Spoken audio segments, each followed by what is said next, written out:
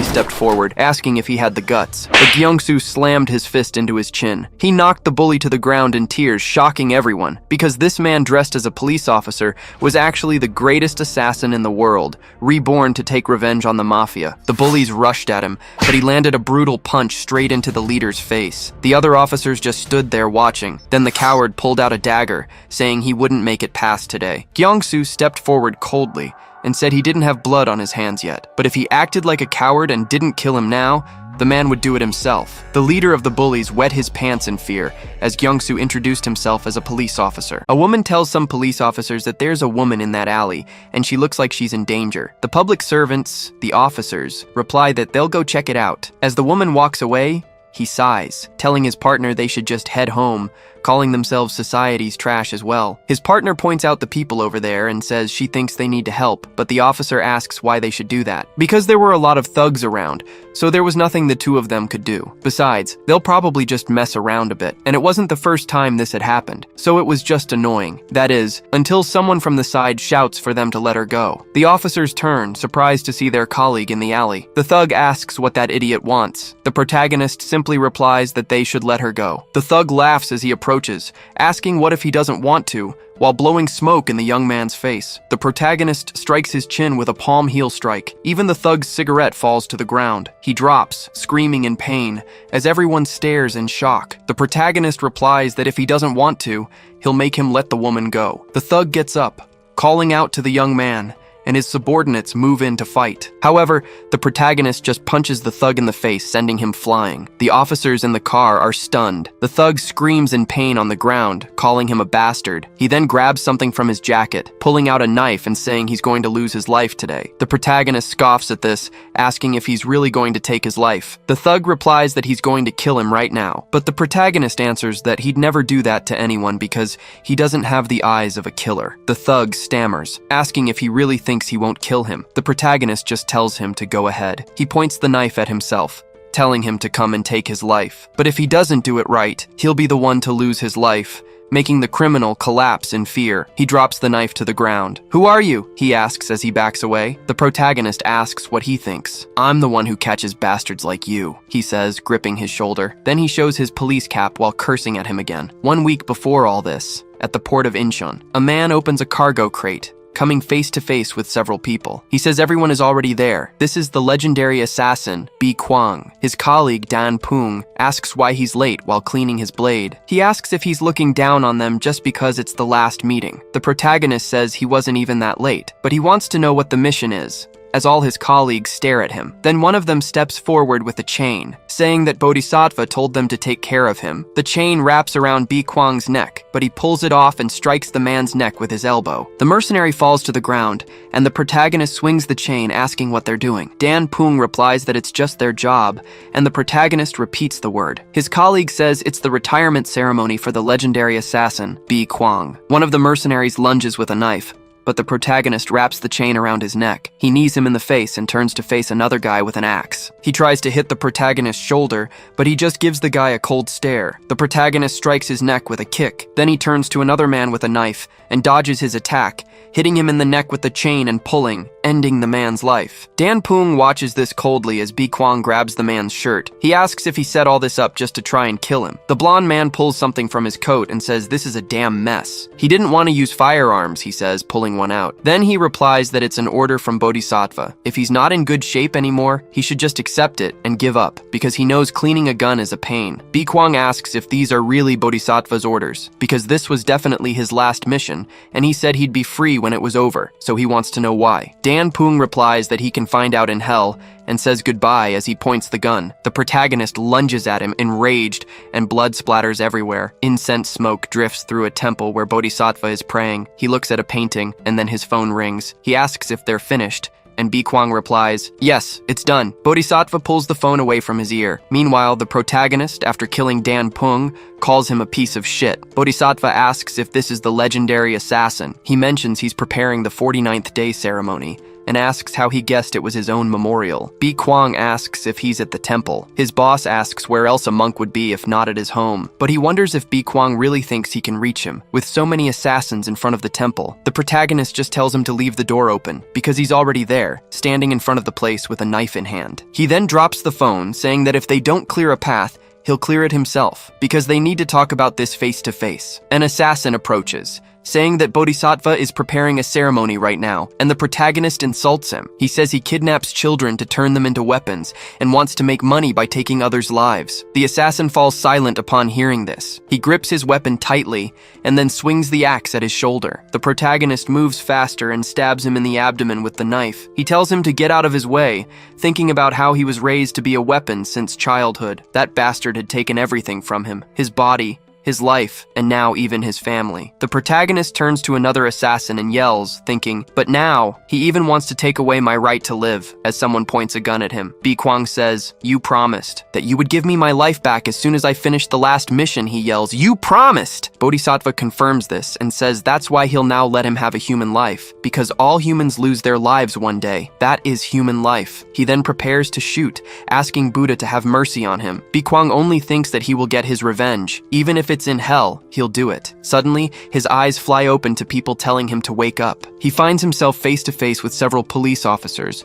A woman asks, what the hell is this? And her colleague replies that he might have memory loss. The girl tells Kim Kyung-soo to wake up, and the protagonist asks who that is. She replies that it's him. Then her colleague shouts that here's his ID and a mirror. He was at the Ilsan police station. The protagonist repeats, so I'm Officer Kim Kyung-soo. The legendary assassin, Bi Kwang, holds the mirror asking, what the hell is this? He had lost his life and woke up as a police officer. After being betrayed by the organization, he should be busy plotting his revenge. But there he was, getting slapped in the face. A police officer insults Kim Kyung-soo. The protagonist wonders how he got into this situation, while his female colleague has her head bowed to the floor. When he woke up, Bi Kwang looked in the mirror saying, this bastard tried to kill himself. The girl confirms it, asking how he could do that to himself. Her colleague says he was lucky the rope broke and that he was unconscious for a week. Then the woman tells the idiot to listen up, because writing the names of those bastards in his suicide note was never going to solve all his problems. Kyung-soo asks what the hell she's talking about, and she replies that he wrote it. The names of his superiors who bullied him were in his note, saying he doubted their methods. Outside, Hwang Chulman asks why this year's rookies are so bad. Then he says the protagonist's parents lost their lives after committing a crime. He asks why he's trying to follow in their footsteps, and Young-chan comments that a criminal's son became a cop. If he wants to go to hell, he should do it without drawing attention, because he shouldn't have written their names in his suicide note. He then raises his hand to slap him in the face. A loud smack is heard and Cheolmin is stunned. The protagonist grabs his arm, and the superior asks if he's gone crazy, demanding to know how he dares to stop him. He then calls for Jo Gyeong-hee, and the girl responds with a shout. Cheolmin asks if this isn't an act of rebellion, and she replies that she can't see from here. Young-chan crouches down and says he'll help her up himself. He grabs her hair as Kyung-soo calls them bastards. The brother turns towards him. Kyung-soo continues, saying this place is a damn mess too. Cheolmin asks what he said, but the protagonist applies force to his arm. The man starts writhing in pain, and Young-chan asks what the hell that is. Cheolmin tells him to take his hands off, and the protagonist strikes his neck with his fingers. He falls to the floor, and his brother asks what the hell that was,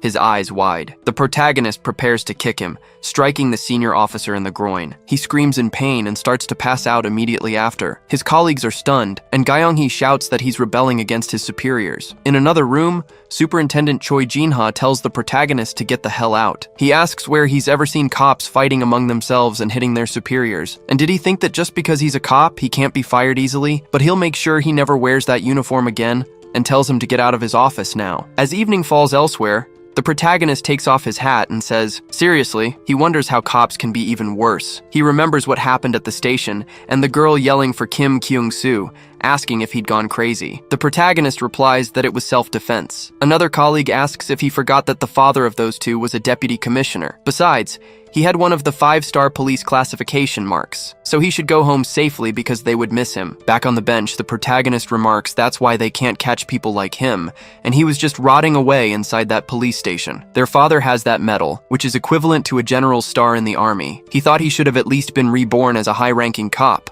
but he was still exiled from the organization. A little boy nearby asks what a cop is. Kim Kyung-soo looks at his hat, saying, "Even so." He remembers being a little boy on the ground when the monk extended a hand to him, asking if he'd like to come along. The little boy accepted, scared. As time passed, he had become Bi Kwang, a legendary assassin for the organization. The monk calls his name, and the protagonist comes face to face with the barrel of a gun. He asks Buddha for mercy and fires. Back home, the protagonist stares at the rope. He repeats the name Kim Kyung-soo and looks at the Introduction to Police Science book on his desk. He'd been abandoned by his parents and then by the organization, on top of having to face his own life. But at least they had one thing in common. He wonders if he should just leave now. In the Gyeonggi-do region, inside the Seobu Police Department, a man with 2 Taeguk medals, Superintendent General Hong Jun, looks at his tablet. The Hwaguksa Temple raid case had been dismissed. Suddenly, a voice from behind him says it's been a long time, asking if he's been well. Hong Jun turns around, asking what the hell this is, but a pen is at his neck, and the protagonist suggests they talk for a bit. Hong Jun asks who he is. The protagonist replies that he's Bi Kwang. The man is surprised and asks what this is all about. With the situation more normalized,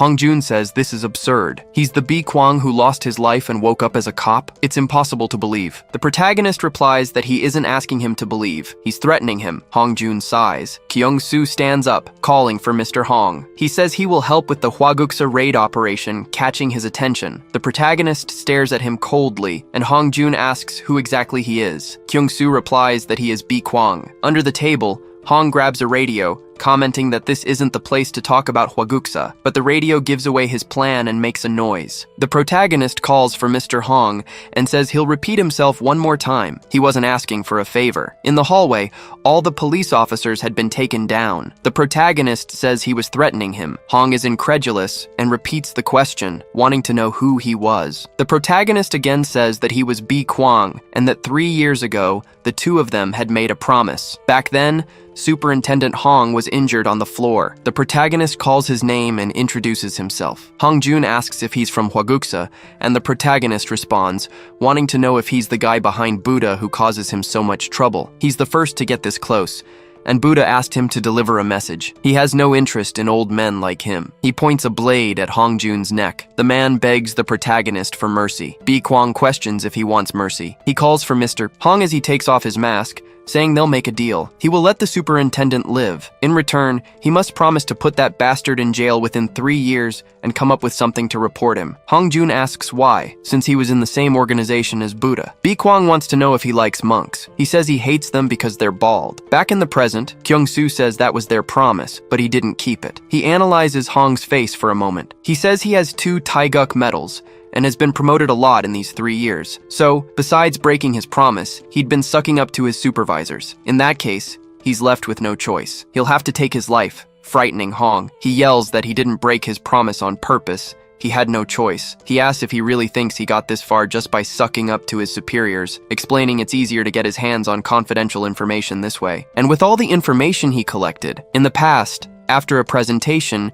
his superiors ask about the organized group of assassins. He was saying that the supposed head of the organization is Monk Yuhua, known as Buddha. Hong Jun confirms, showing his face on the screen. The superiors laugh, saying Superintendent General Hong must be reading too many manhwas, as the Hwaguksa Temple is a national cultural heritage site. Jun says the results of his squad's investigation clearly show this until he is interrupted. A man with 5 Taeguk medals on his shoulder says that if he's not careful, he might have to face divine retribution, which startles Hong. He continues that they should keep religion to themselves and mind their own business. Kyung-soo summarizes that he was stopped by someone above him, and Hong confirms. He hands over an envelope, telling him to look for himself. This was what his squad and he managed to collect through their blood, sweat, and tears. The protagonist reads the text, flipping through it quickly. He then comments that he understands now, but he was stopped because his investigation was shit. Still, some of it was right, so he would let him live for now. But he quickly asks why he looks so relieved. He said, "For now," making Mr. Hong apprehensive. Kyung-soo continues that, from now on,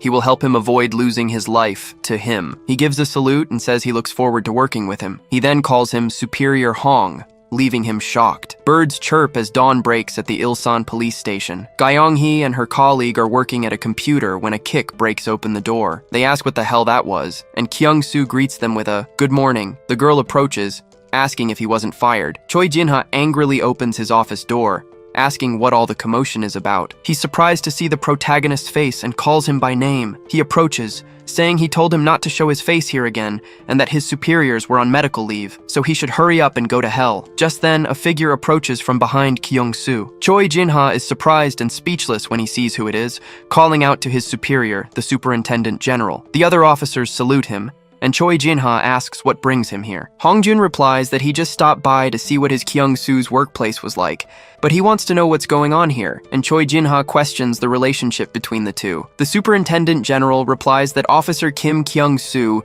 is his savior, so they should take good care of him. The protagonist then leans on Hong-jun. Later, outside, he comments that life is easy when you're a high-ranking officer. Hong-jun asks if that's all he needs for now. The protagonist replies that there's one more thing, as he has a favor to ask. At nightfall, in the Hwaguksa temple, Buddha prays, striking spheres before the same painting from the beginning. He turns, sensing a presence, and asks who's there. Bi Kwang answers that he is just a poor soul, holding a great grudge who was wandering around. The monk is surprised, and the protagonist enters, saying he is called a ghost. Yuhua grabs the incense sticks and moves quickly to throw them at the man. Just as they're about to hit his mask, Bi Kwang simply dodges them. He comments that a monk shouldn't dare to damage the temples that consecrate Buddha and pulls the incense sticks from the wall. The monk asks who he is to wear such a mask, and the protagonist repeats that he is just a ghost. Then, Yuhua snaps his fingers, and his subordinates appear. He continues that he should then help him move on and reach the light. The assassins advance toward him, while the monk continues to concentrate. Bi Kwang moves swiftly against a knife and elbows the man in the neck. The man drops his weapon, which quickly falls into Bi Kwang's hands. Other assassins advance on him. A man with an axe tries to cut him down, but Bi Kwang is faster, striking him with the weapon and moving on to take the lives of the other assassins. The body falls to the floor. His opponents are shocked by this action. The monk is speechless as the protagonist glares at him angrily. He then realizes the man resembles Bi Kwang. Buddha shouts that the battle is over. The protagonist analyzes the situation for a moment and thinks that it's just as he expected. Because of the interference signals created by the orchid, the camera isn't working. Bi Kwang says it's too bad because now there are more souls who need his help to reach the light. He should start right away. Otherwise, they'll become ghosts just like him. Buddha pushes his assassins aside and tells them to retreat. He doesn't know who sent him, but it seems he's full of malice and that mask. Then he tells his child to come to him, asking to let him take a look at his face. Bi Kwang replies that it's fine. He just came to say hi. He'll find out who he is in time and should just wait patiently. He thinks that he still needs to train this body. As Buddha advances toward him, his hand approaches the mask. Suddenly, a cloud of smoke explodes. The assassins comment that it was a tear gas grenade and ask if their lord is all right. Buddha confirms he is, holding the mask in his hand. He looks at the door, staring at the man who fled. His hand clutched the mask tightly, and then he crushed it into pieces. Buddha turns to the incense and examines his table, saying that he was a ghost in that case. The next day in a park, Hong looked like he'd had a bad night's sleep. Kyung-soo comments that he aged 10 years overnight, and his friend replies that it's his fault, saying he had too much work. From cleaning up the mess of his police department invasion to the tear gas grenade he asked him to smuggle. He was working overtime to cover it all up, and Kyung-soo says he wouldn't have to if he'd caught the monk sooner. Hong-jun replies that first, they need to collect evidence, then work with the prosecutors. The protagonist asks why it's so complicated to arrest criminals. The superintendent says that someone who goes around taking lives would never understand. The protagonist replies that he didn't do that. He only took the lives of those who needed to die, and he is living proof of that. Hong-jun tells Mr. Bi Kwang to listen up. No one in the world has the right to take someone's life, even if they deserve it. All humans are judged and condemned by the laws of the society they created. Kyung-soo asks if that bastard was judged and condemned by those laws. Hong replies that even if they arrest 10 criminals, they must presume the accused is innocent until proven guilty, so they need solid evidence to arrest that scumbag. Kyung-soo complains that he's had enough. Sighing sadly, he wonders if he should just create his own squad. Hong-jun shouts that he's a rookie agent with zero experience in the field, so he can't, no matter how strong he is. Because within the police force, rank is everything. Kyung-soo asks how high he has to climb to get the authority to create his own squad. Hong replies that he must have at least one of the small mugunghwa. The protagonist says he should get to work then, and will quickly climb the ranks to get promoted. Hong tells the crazy guy not to go around causing trouble, and to just wait patiently, promising he'll help. Then he notices the young man has already vanished, wondering where he went. At the Ilsan police station, Kyung-hee repeats his question about how to get promoted. She says he has to take a promotion exam, and her other colleague asks Kyung-soo to take care of a woman for him. Kyung-hee asks if his memory hadn't returned since he should know these things. The protagonist asks when the exam is. She replies that he needs at least 1 year of experience. A drunk woman yells that the service sucks, and the protagonist knocks her out, asking if there isn't a faster way to get promoted. Kyung-hee asks why he's trying to get a mugunghwa as fast as he can, and Kyung-soo says he just wants to move up in rank. She tells him to keep dreaming because for a rookie starting from the bottom, it'll take at least 10 years. Kyung-soo asks if that's true even with the superintendent general backing him, and the girl says she's jealous. But in reality, he can take the promotion exams to move up. The protagonist asks if there's any other way. She replies there's only one way, a special promotion. If his performance score is raised by catching thugs, he can get a special promotion. Rookies don't have experience in that area yet. They just do as they're told and handle civil complaints. In time, they'd be able to go out, but she notices the protagonist has already left. She asks where he ran off to. In another district, women were getting involved with businessmen, and street fights were breaking out. The protagonist says this is it. He's in the perfect place. He wonders why a cop would need to be good at studying. His job is to catch thugs and send them to jail. So now he's going to work hard. Holding his hat, he says it's to get that special promotion. They say that 1 in every 3 Koreans has a criminal record. Of course, the reason could be a simple contempt charge or an offense. However, 1 in 3 is a very high number. And among the crimes committed, the one B. Kwang is looking for now is nothing insignificant. He's looking for something serious that will let him advance his career. The same kind of crime he wouldn't have hesitated to commit in his past life. Seeing a man handing a card to a woman, he says he's found it. Finally, a crime on his level, related to illicit substances. In a nightclub, the DJ suddenly stops the music. People ask why the music stopped, and the man calls out to the crowd, asking why everyone is so stiff tonight. He wants to see them grinding. He can't take it anymore. A woman asks for champagne, saying that if he brings it, they'll have a lot more fun. The man flashes a grin and asks if that's what the girls want. In that case, they should open their mouths wide. Besides, the others must have sore backs and would like some pain relief patches. They should get ready, as he throws the patches into the air. Now they're going to party like there's no tomorrow. But the protagonist interrupts, saying that's impossible and stopping the party, because he'll be waking up in a jail cell instead. The DJ asks if the man is mad because he couldn't get a girl and tells him to take one of these to last all day, but the protagonist says he doesn't need it. Besides, these patches are narcotics, leaving everyone shocked. People murmur that they're illicit substances, and the DJ asks what he's talking about. He says he's spouting nonsense and wants to know who he is. The protagonist takes off his jacket as people recognize the police uniform. The DJ asks how a cop got in here and what the bouncers at the entrance were doing, but his security guard says he's not sure. Suddenly, a bottle hits his face, thrown by the protagonist. He says they can continue this little chat in a prison cell. The DJ starts running in fear and tells everyone to run with him. As he opens a door, he warns his colleagues that the police are here. They need to grab everything and leave. His butler asks what's going on. Suddenly, a man's body is thrown into the room. The protagonist kicks the butler and keeps walking. One of the guards tries to open the doorknob, but it won't budge. The DJ asks what he's waiting for and tells him to open the door now, but the man says the door is locked. Outside, all the guards are down. Kyung-soo arrives and gets their attention. He asks if they really want to play cops and robbers with him. The DJ tells him to wait and asks if he's alone. Kyung-soo asks, "What if I am?" The criminal then wonders why he was scared of a single cop when he thought they were surrounded. He then calls for his guys. Kyung-soo notices something odd as they pull a red sticker out of their pockets. Both guards stick them onto their necks. Suddenly their veins start popping and they both scream in pain. Kyung-soo feigns surprise. The DJ says he's screwed now, but the protagonist's fist smashes into one of the guards' faces. The man falls to the ground and our hero says they shouldn't be screaming like that. The guard groans in pain, and Kyung-soo adds, "That's how you scream when you're about to die." The DJ watches his men get taken down and collapses to the floor, terrified of the protagonist. He tries to call out to the officer in front of him. He says they should talk and asks if there's anything he wants, promising he can get him anything. The protagonist asks if he's serious about that. The DJ says yes, asking if it's women or money he wants, because he'll give it to him. But Kyung-soo interrupts, saying it's a special promotion, and he just wants one thing, moving his hand closer to the man's face. A phone plays a news report. Last night, at an Ilsan nightclub, all members of a gang were arrested. Concerns that South Korea is no longer a drug-free country were spreading among the public. Choi Jin-ha congratulates the protagonist on a job well done. Calling him Senior Officer Kyung-soo, the young man says he was just doing his job, but thanks him. Jin-ha asks what kind of rookie abandons his assigned post, and complains that the way he arrested them was sloppy. But the protagonist tells him to take a look at this. He places a palm leaf on the table. He mentions it was hidden in a safe at the crime scene. Jinha asks if he stole evidence from the crime scene, but the protagonist continues, saying they are Paulownia leaves. He must have understood now, as it was associated with the stickers. Elsewhere, a man with a phoenix head holds one of them. A man is tied up, forced to wear these stickers. A woman watches from a distance as the man says he was in charge of Ilsan. The boss asks what her subordinates are waiting for. She tells them to put another sticker on him. The man begs the phoenix lady,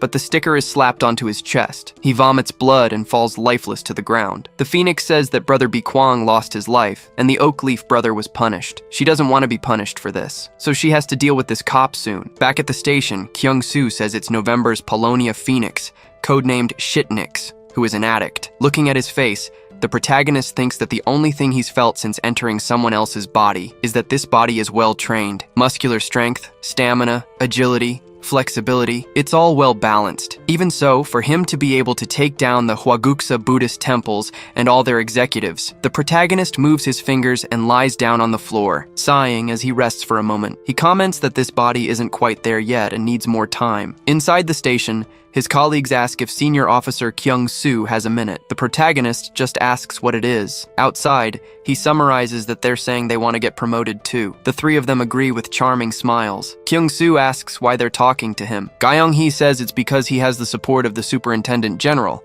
but her colleague corrects her, saying it's because he was recently promoted. So they're here for him. If he needs any help, he can look for them, and they'll work like slaves. The protagonist looks at them seriously and asks why he would need their help. Kyung-hee asks if he's already forgotten how nice they were to him. The protagonist confirms, saying he has short-term memory loss. The girl says they were chosen by their superiors together and visited him in the hospital, so they were nice to him. Besides, they're colleagues. This phrase surprises the protagonist. He remembers a rainy day at the temple. Someone asks if he is Bikwang, an assassin who chooses who lives and who dies. Are you messing with me? Because a man like that was the best among them all. The two of them can't believe it. Bikwang remains silent for a few seconds, until someone calls out to Lord Buddha, telling him to give special treatment to Brother Bikwang, because this is really annoying, and he wants to know why he doesn't just die. Back in the present, he repeats the word colleagues and calls the three over. He tells them to come back when they get promoted because they aren't colleagues. They have 2 diamonds while he has 3. Kyung-hee gets angry, calls him rude, and says they should fight. Kyung-soo jokes that she's rebelling against a superior. Suddenly, a voice asks what's going on here. The 3 turn around to find Choi Jinha,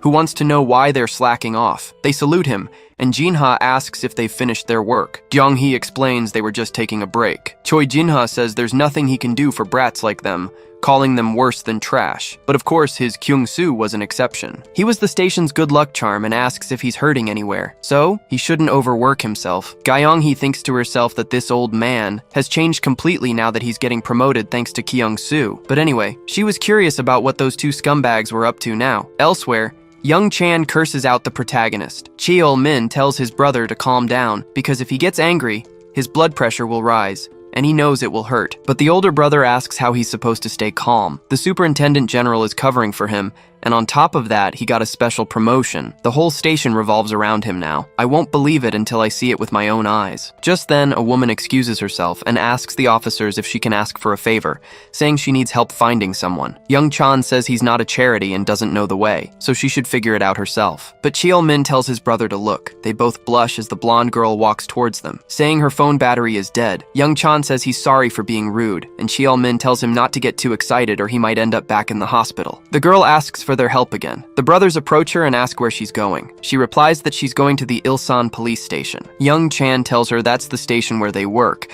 and Cheol-min adds that they could go together. The girl smiles and says that's a relief, because if they're from the Ilsan police station, they must know Officer Kim Kyung-soo. The brothers fall silent for a few seconds, but they soon say they know him, that he's their subordinate, and ask what she wants with him. The girl says he has something that belongs to her, and her father will kill her if she doesn't get it back. Cheol-min comments that he thought she was his girlfriend, and Young Chan says he would have just left. The blonde takes a cookie out of her bag and says that as a thank you, they should have some gukwa bread while they walk. In his office, Hong Jun reads the report on November's Paulownia Phoenix. According to the reports Bikwang had provided, she is in charge of Hwaguksa's finances, and she carries out assassinations, mainly through the use of narcotics, each with a different stage. They are called Buddha's tears. Something worth noting is that she's afraid of being punished by Buddha, and she is the infamous Kyung-soo was at the station, getting coffee from his colleagues, when the girl walks through the door, eating cookies. Earlier, on the street, the brothers who had eaten the same cookies had fallen into a coma. The blonde eats it like it's nothing and stands before the officers. Kyung-soo and Hong-jun call her the crazy addict from Hwaguksa. Then the blonde says she found the police officer. She stares obsessively at the protagonist. Kyung-hee asks if she lost something, some kind of item. She replies that she's missing paulownia leaves, and the officer doesn't understand. The woman continues, saying they were paulownia flowers wrapped in its leaf. Kyung-hee asks if they have anything like that, and just needs to check, but the woman says no. No need to check her, because Kyung-soo was the one who had them. His colleague asks what this woman is talking about, and the protagonist thinks that she hasn't changed at all. He has no idea what the hell is going through her head. Phone calls are out of the question thanks to Orchid's signal jammer. The security cameras are down too. Kyung-hee asks if he's ignoring her. The protagonist stares at the girl, thinking it all started back then. He wields a wooden sword as the girl charges towards him. She grips the sword tightly and tries to slash at the protagonist's neck. Bi-kwang coldly eyes the weapon and counters by striking her abdomen. The girl cries out in pain and drops the weapon. The protagonist points the weapon at her face. Buddha comes up from behind and asks what Bi-kwang thinks, if any of them could be useful. The protagonist looks down and then shakes his head. Buddha says that's what he thought and snaps his fingers. The assassins start to surround them. Buddha orders them to send everyone to Nirvana. Bi-kwang is surprised and asks him to wait, saying they could become good with a little training. But Buddha says empathy is an unnecessary emotion for him. The protagonist just accepts it, looking away at the children's pain. He closes his eyes as an agent calls out to Master Buddha. The girl puts the sword on the ground and says she can still fight. She says she'll train hard and be useful to him. Buddha questions if the child really wants this. Then it would be easier if she just died and sought him out in her next life after reincarnating. The girl pleads with Master Buddha and resists when she's grabbed. Bi-kwang averts his eyes as the agents force the girl's mouth open to pour in the liquid. As the day ended, Buddha told them to clean everything up since it was all settled, but the girl was still breathing, even after ingesting the liquid. Buddha is surprised by this, and so he takes her to a room and tells her to finish these plates of medicine within a month. That is, if she wanted to be useful to him. So the girl slowly built up a tolerance to drugs, and when she became an adult, Buddha gave her the mask, telling her she would be November's phoenix. She thanks Master Buddha and says she will be a useful child. Ever since then, she became a drug-addicted lunatic. She asks if Kyung-soo is going to ignore her. She wants to know where her things are, demanding he answer. Kyung-soo thinks there are too many eyes on them, so he says her crap is at his house. He asks if she wants to follow him there, thinking that once he lures her outside, he'll kill her. The girl glares coldly at the protagonist. Kyung-soo tells her to come with him, and his colleague warns him that he can't just leave over the table. But Phoenix calls him a liar, because her appa wouldn't keep drugs in his own house. His colleagues are shocked to hear this. Phoenix asks if he really thought she'd fall for his trick. She pulls patches out of her bag, and the protagonist watches as she throws them. He dodges just by moving his head. His colleagues are hit in the face by the patches. They begin to suffer from the effects, losing consciousness shortly after.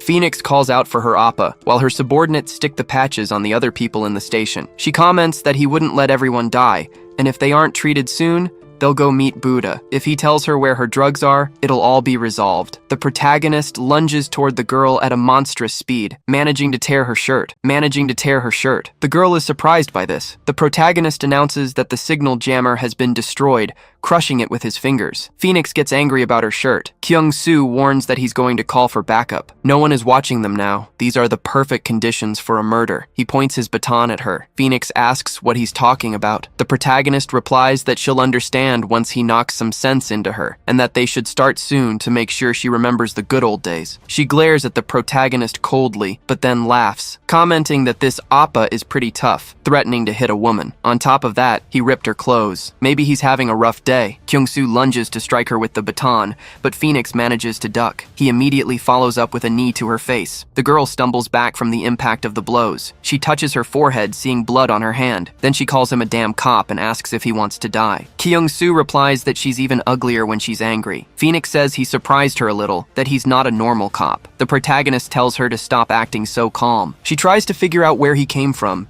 if he was special forces, but the protagonist doesn't answer her questions. She peels a patch from her chest and says she couldn't care less about his previous job. Kyung-soo says that's disgusting, as the girl screams in pain. Then, she grins and says she believes he'll be on his way to finding a job in hell soon. Kyung-soo just lifts his head. The girl rushes towards him at an immense speed. The protagonist hits her on the head with his baton, asking if she thought one patch would be enough. Phoenix falls to the ground in pain. Kyung-soo asks if she still doesn't get it after taking such a beating. He says she'll need at least 10 of those if she wants to have a chance against him, as he unleashes a flurry of blows. The girl tries to resist the strikes. She makes a quick slash by moving her hand. She asks how this bastard dares. Kyung-soo comments that she'd never change. She still seems to rely on drugs and avoids training her body, but given the current situation, he'd have to thank her for that. The girl asks who he is and tells him to stop pretending he knows her. He crouches down, questioning who knows about that, and wanting to know who she thinks he is, he knocks her down with a sweep of his baton. The girl hits her back on the floor. Without giving her time to rest,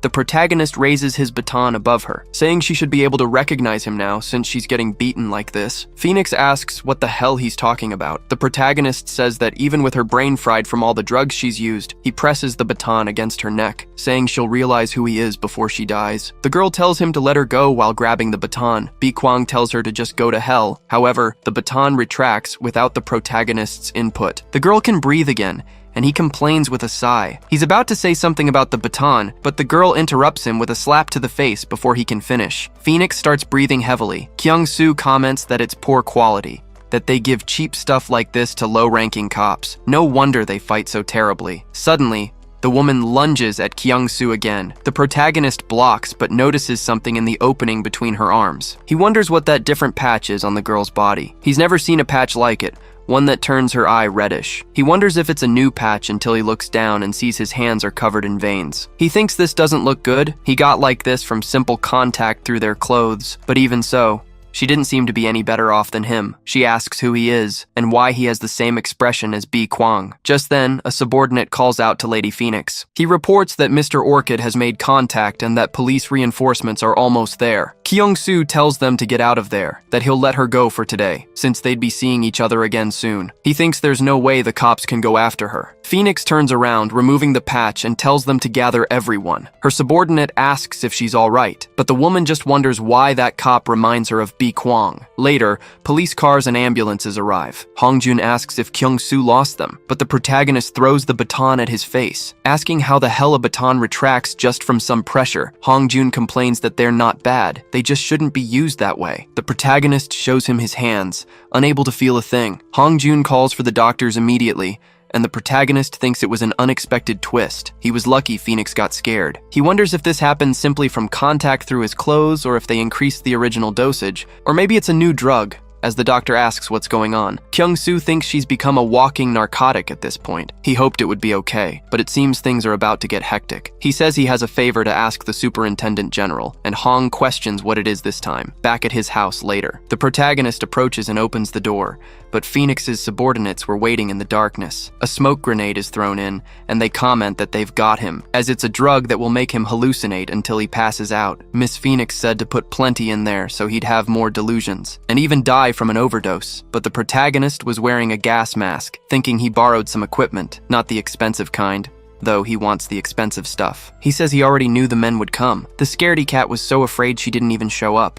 But whatever, he's going to test just how expensive this equipment is. The protagonist points his gun, and the men are surprised. They wonder how he got this equipment, while his colleague tells him not to be afraid because the gun must be unloaded. But the protagonist shoots him in the head, and then keeps firing at the two brothers until the clip is empty. With both of them on the floor, he approaches. Analyzing the rubber bullet wounds, he comments that this gun is really good. The police arrive at the building, and residents ask what happened while an officer tells them to go back inside. The residents had heard gunshots, or maybe it was their imagination. Hongjun says that even with rubber bullets, he went too far and wonders if they're breathing. But Kyung-soo says he gave them exactly what they deserved. They might wake up while being transported, so he should make sure someone removes the poison pills from under their tongues. Hong comments that he really is Bi Kwang. Kyung-soo asks if he was still in doubt until now, even after lending him the equipment. The superintendent says he can't blame him, since no one in their right mind would believe in reincarnation. But after seeing the drug incident with Phoenix and now this, he's almost 99% sure that he is Bi Kwang. The protagonist asks, why not 100%? Hong Jun stands up and says the 1% was because if he were Bi Kwang, it makes no sense that he hadn't gone after Monk Yuhua and taken his life. Kyung-soo replies that he was the one who said solid evidence is important, and now he's saying this because a police officer can't do that. Hong Jun says that's the correct thinking from a police officer's perspective, but not from Bi Kwang's. The protagonist replies that Yuhua was respected and adored by every citizen in the country, and many people consider him the reincarnation of Buddha. If that bastard lost his life, he asks how the public would see it, and just taking his life won't solve the whole problem, because the underworld is much bigger than he can imagine. Hong Jun asks if he's saying there are other organizations besides Hwaguksa, and the protagonist replies that he doesn't give a damn about the others. What he wants now is the downfall of that shitty monk, in every way possible, to ensure that no one is forced to live the way he lived. Hong Jun is silent for a few seconds, but says he will help. They must work together to put that bastard behind bars. Kyung-soo replies that the superintendent general had forgotten, because he's the one helping him not lose his life to him by breaking the superintendent's hand. If he doesn't want to die, he should be good and listen, while Hong says he's been doing that very well. The protagonist replies that lastly, it's not that he didn't try to take the monk's life, but he couldn't. After all, he was the one who taught him everything he knows. Yuhua grabs Phoenix's neck with his fingers, and the girl winces in pain. She begs Lord Buddha, apologizing and asking for forgiveness, while the monk glares at her coldly, filled with anger. Then he throws her to the ground with all his might, asking if using so many drugs had melted her brain, because she had her assets taken and then broke into the police station. The girl begs for forgiveness as she cries. Buddha calls out to Phoenix, saying it looks like she needs a lesson. The girl tries to crawl away, pleading with Lord Buddha, saying she was wrong and won't make the same mistake twice. Suddenly, laughter is heard from outside the room. The two comment that she looked like she was crying like a baby and had sunk to a new low. If she cries, she'll lose muscle mass, and if she loses the little she has, she'll end up disappearing from the planet. Phoenix, on the floor, calls out for the Lespedeza brothers, asking why those bastards were here, and a woman questions, "Why, you ask?" She opens her fan and asks if she doesn't think they came because Lord Buddha summoned them. Phoenix calls out for Cherry Blossom, and the brother questions if that bitch came too. The girl turns to Lord Buddha, where the monk says that everyone was here now, so the case regarding the disposal of November's Phoenix would now begin, as everyone stares at each other after hearing his words. Phoenix screams for Lord Buddha's forgiveness, saying she'll make sure to recover what she lost and that he must forgive her, but the monk replies that there's no need for that. He had already recovered it, showing the rolled up leaves in a box. The girl asks how that happened. Buddha turns towards his other subordinates, wanting the opinion of April's Black Lespedeza, July's Lespedeza, and March's Cherry Blossom. July says they should take the druggie's life, and April continues that getting stronger by using narcotics was the most perverse thing she could think of. March turns to Phoenix, saying that over the years she grew quite close to her, but she can tell that the world of professionals is cruel. The monk tries to say that most people have already voted, while Phoenix calls for Buddha, saying he's so cruel as she cries in fear, because he was determined to take her life from the very beginning, and July comments that she's whining again. Phoenix continues that he brought that bitch and these bastards who hold a grudge against her, and March says she's hurt. Buddha remains silent as the girl runs towards him. Phoenix notices March offering a gun to Buddha. The monk takes the pistol, saying he has no need for someone who won't be of any help to him. The girl cries, and he says for the merciful Buddha to save her soul. As he was about to shoot, Phoenix bows, announcing she has created a new drug. It was 5 times more addictive than the previous one. It's a drug she developed herself, so it would be difficult to be caught by inspections. April complains that it's drugs again. Buddha questions how many kilos had been made, and Phoenix replies that it was about 10. Then the monk wants to know about the distribution. The girl explains she connected all the routes between the red light districts of Korea, Japan, China, and all of Southeast Asia. She then begs for half a year, as that's all she needs to become a useful daughter to Lord Buddha. The monk replies that he was going to give her half a year, but since he lost so much because of her stunt, she has to prove herself. He'll give her 3 months. The girl breaks into a smile and agrees. At the hospital, Jong-hee was completely out of it, spouting nonsense. Kyung-soo asks what's wrong with her, and his colleagues comment that she was going through withdrawal because her body was sensitive. The girl speaks strangely, and a colleague translates that she was asking Kyung-soo to wipe her mouth. He comments that he was surprised the young man came to see how they were, and the protagonist questions this. Since they kept talking about how they came to visit when he was in the hospital, he was here now, and they're even. Another colleague says he got a special promotion again, and Kyung-soo replies that he doesn't know about that yet, but if he was jealous, he should work hard. He was leaving now. They comment that Kyung-soo has changed a lot and sigh deeply, wondering what they were even doing. At the police station later, Hong-jun comments that there might be an informant within the police organization. Kyung-soo is surprised. The officer says he wanted to test the drugs Kyung-soo brought, so he sent them to the forensic lab, but they disappeared and someone managed to smuggle them out. He asks if Kyung-soo has any leads, but Kyung-soo says he knows nothing about police business. The drugs were his key evidence, so he'll bring them back when he goes to catch that damn woman. Therefore, he'll handle the internal side of the organization alone. He needs to hurry and find out about her subordinates. Jun replies that they were being interrogated. Kyung-soo asks when he's going to use the special team for the Hwaguksa investigation. Hong-jun says that actually, they were all already in the cemetery. Not a single one is left. Kyung-soo is silent for a few seconds, then complains that the bastard lied to him. Hong-jun says he couldn't trust him back then. Kyung-soo tells him not to move or he'll get hurt, but the superintendent asks him to wait. He asks why he doesn't form a new team, and Kyung-soo asks what he means by that. He says he'd need at least one small mugunghwa to form his own team, which Hong-jun confirms. He has 2 taik mugunghwa, so he has the authority to let him do it. But Kyung-soo immediately refuses, saying he likes to work alone. Hong-jun points out that he had mentioned a team, but Kyung-soo retorts that he messes things up, and that's not what he meant. The superintendent general removes Kyung-soo's hand and calls him corporal. He warns him that the police is an agency, and there are limits to what one can do alone. It'll be easier with a team, he'll get more funding, and it makes making excuses easier. So, as his superior, he is ordering Corporal Kyung-soo to assemble a team. He can't create one himself, since too many eyes are watching, and there are too many risk factors. Kyung-soo repeats, "An order?" He says that if he asked politely instead of ordering, he would consider the request. With no dignity left, Hong-jun asks him to assemble his own team. Back at the hospital, his colleagues ask if he's going to form his own team. It was strange for a corporal to form a team,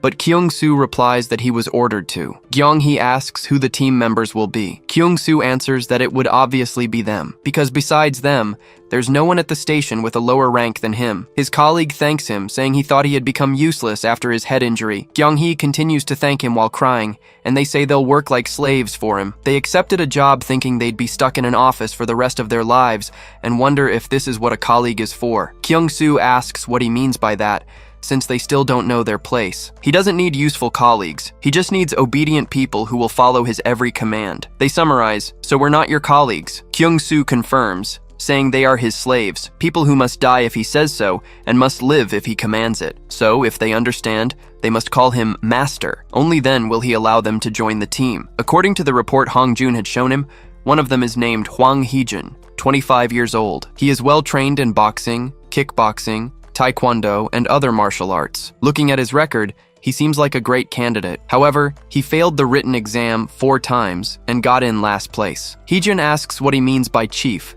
since you need at least a small mugunghwa for that. He's basically an idiot. The other one next to him is Lee Sung-yeon, also 25. He excels in martial arts involving grappling and ground fighting, like jiu-jitsu and judo, with excellent records. But on the day of the interview, he burst into tears like a crybaby. Now he's saying he doesn't understand what he means by master, because it sounds scary. Kyung-hee complains that he was crying, and Kyung-soo thinks, last but not least, there was Jo Kyung-hee, 25 years old. She has no training in any martial arts, placing last in the physical exams. The weakest officer on the police force, but she finished first on the written exams and also ranked first in the interview. This means she's very smart.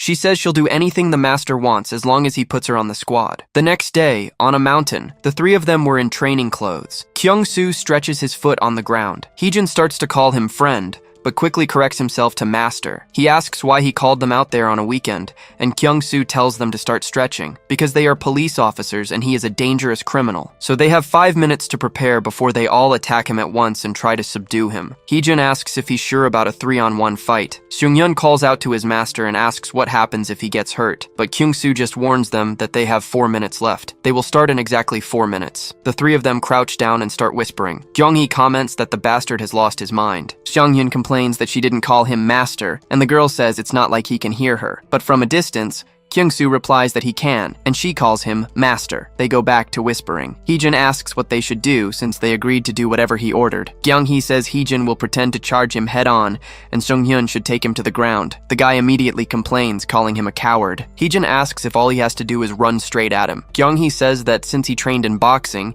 he needs to use his footwork to confuse him. Kyung-soo takes off his shirt and asks if they're ready to fight. The three of them are stunned by his physique. Kyung-soo announces that time is up and tells them to come at him. The girl tells Heejin to go, while he repeats, confuse the opponent with footwork. He approaches, saying this dozens of times. But when it's time to act, it looks like he's dancing. Kyung-soo asks why he suddenly started tap dancing. Kyung-hee mutters that he's a stupid idiot and that he needs to get closer, but they are shocked when they look up and see their friend flying away. Kyung-soo calls out to the others. He approaches them, asking if they're messing with him. Kyung-hee tells Lee Sung-hyun to advance, and the young man trembles a little. He then runs off, shouting that he can't do it. Kyung-soo appears at his side, saying he should never show his back, especially to a criminal. He then punches him in the face, calling him an idiot, knocking the man to the ground. Kyung-hee trembles in fear as Kyung-soo turns towards her. She asks him to wait as he gets closer. She shakes her head, asking if her master doesn't hit women. Kyung-soo replies that he doesn't hit women, but he does hit police officers. He then lands a knee to her chin. The girl complains about the blood. Kyung-soo says they're on another level,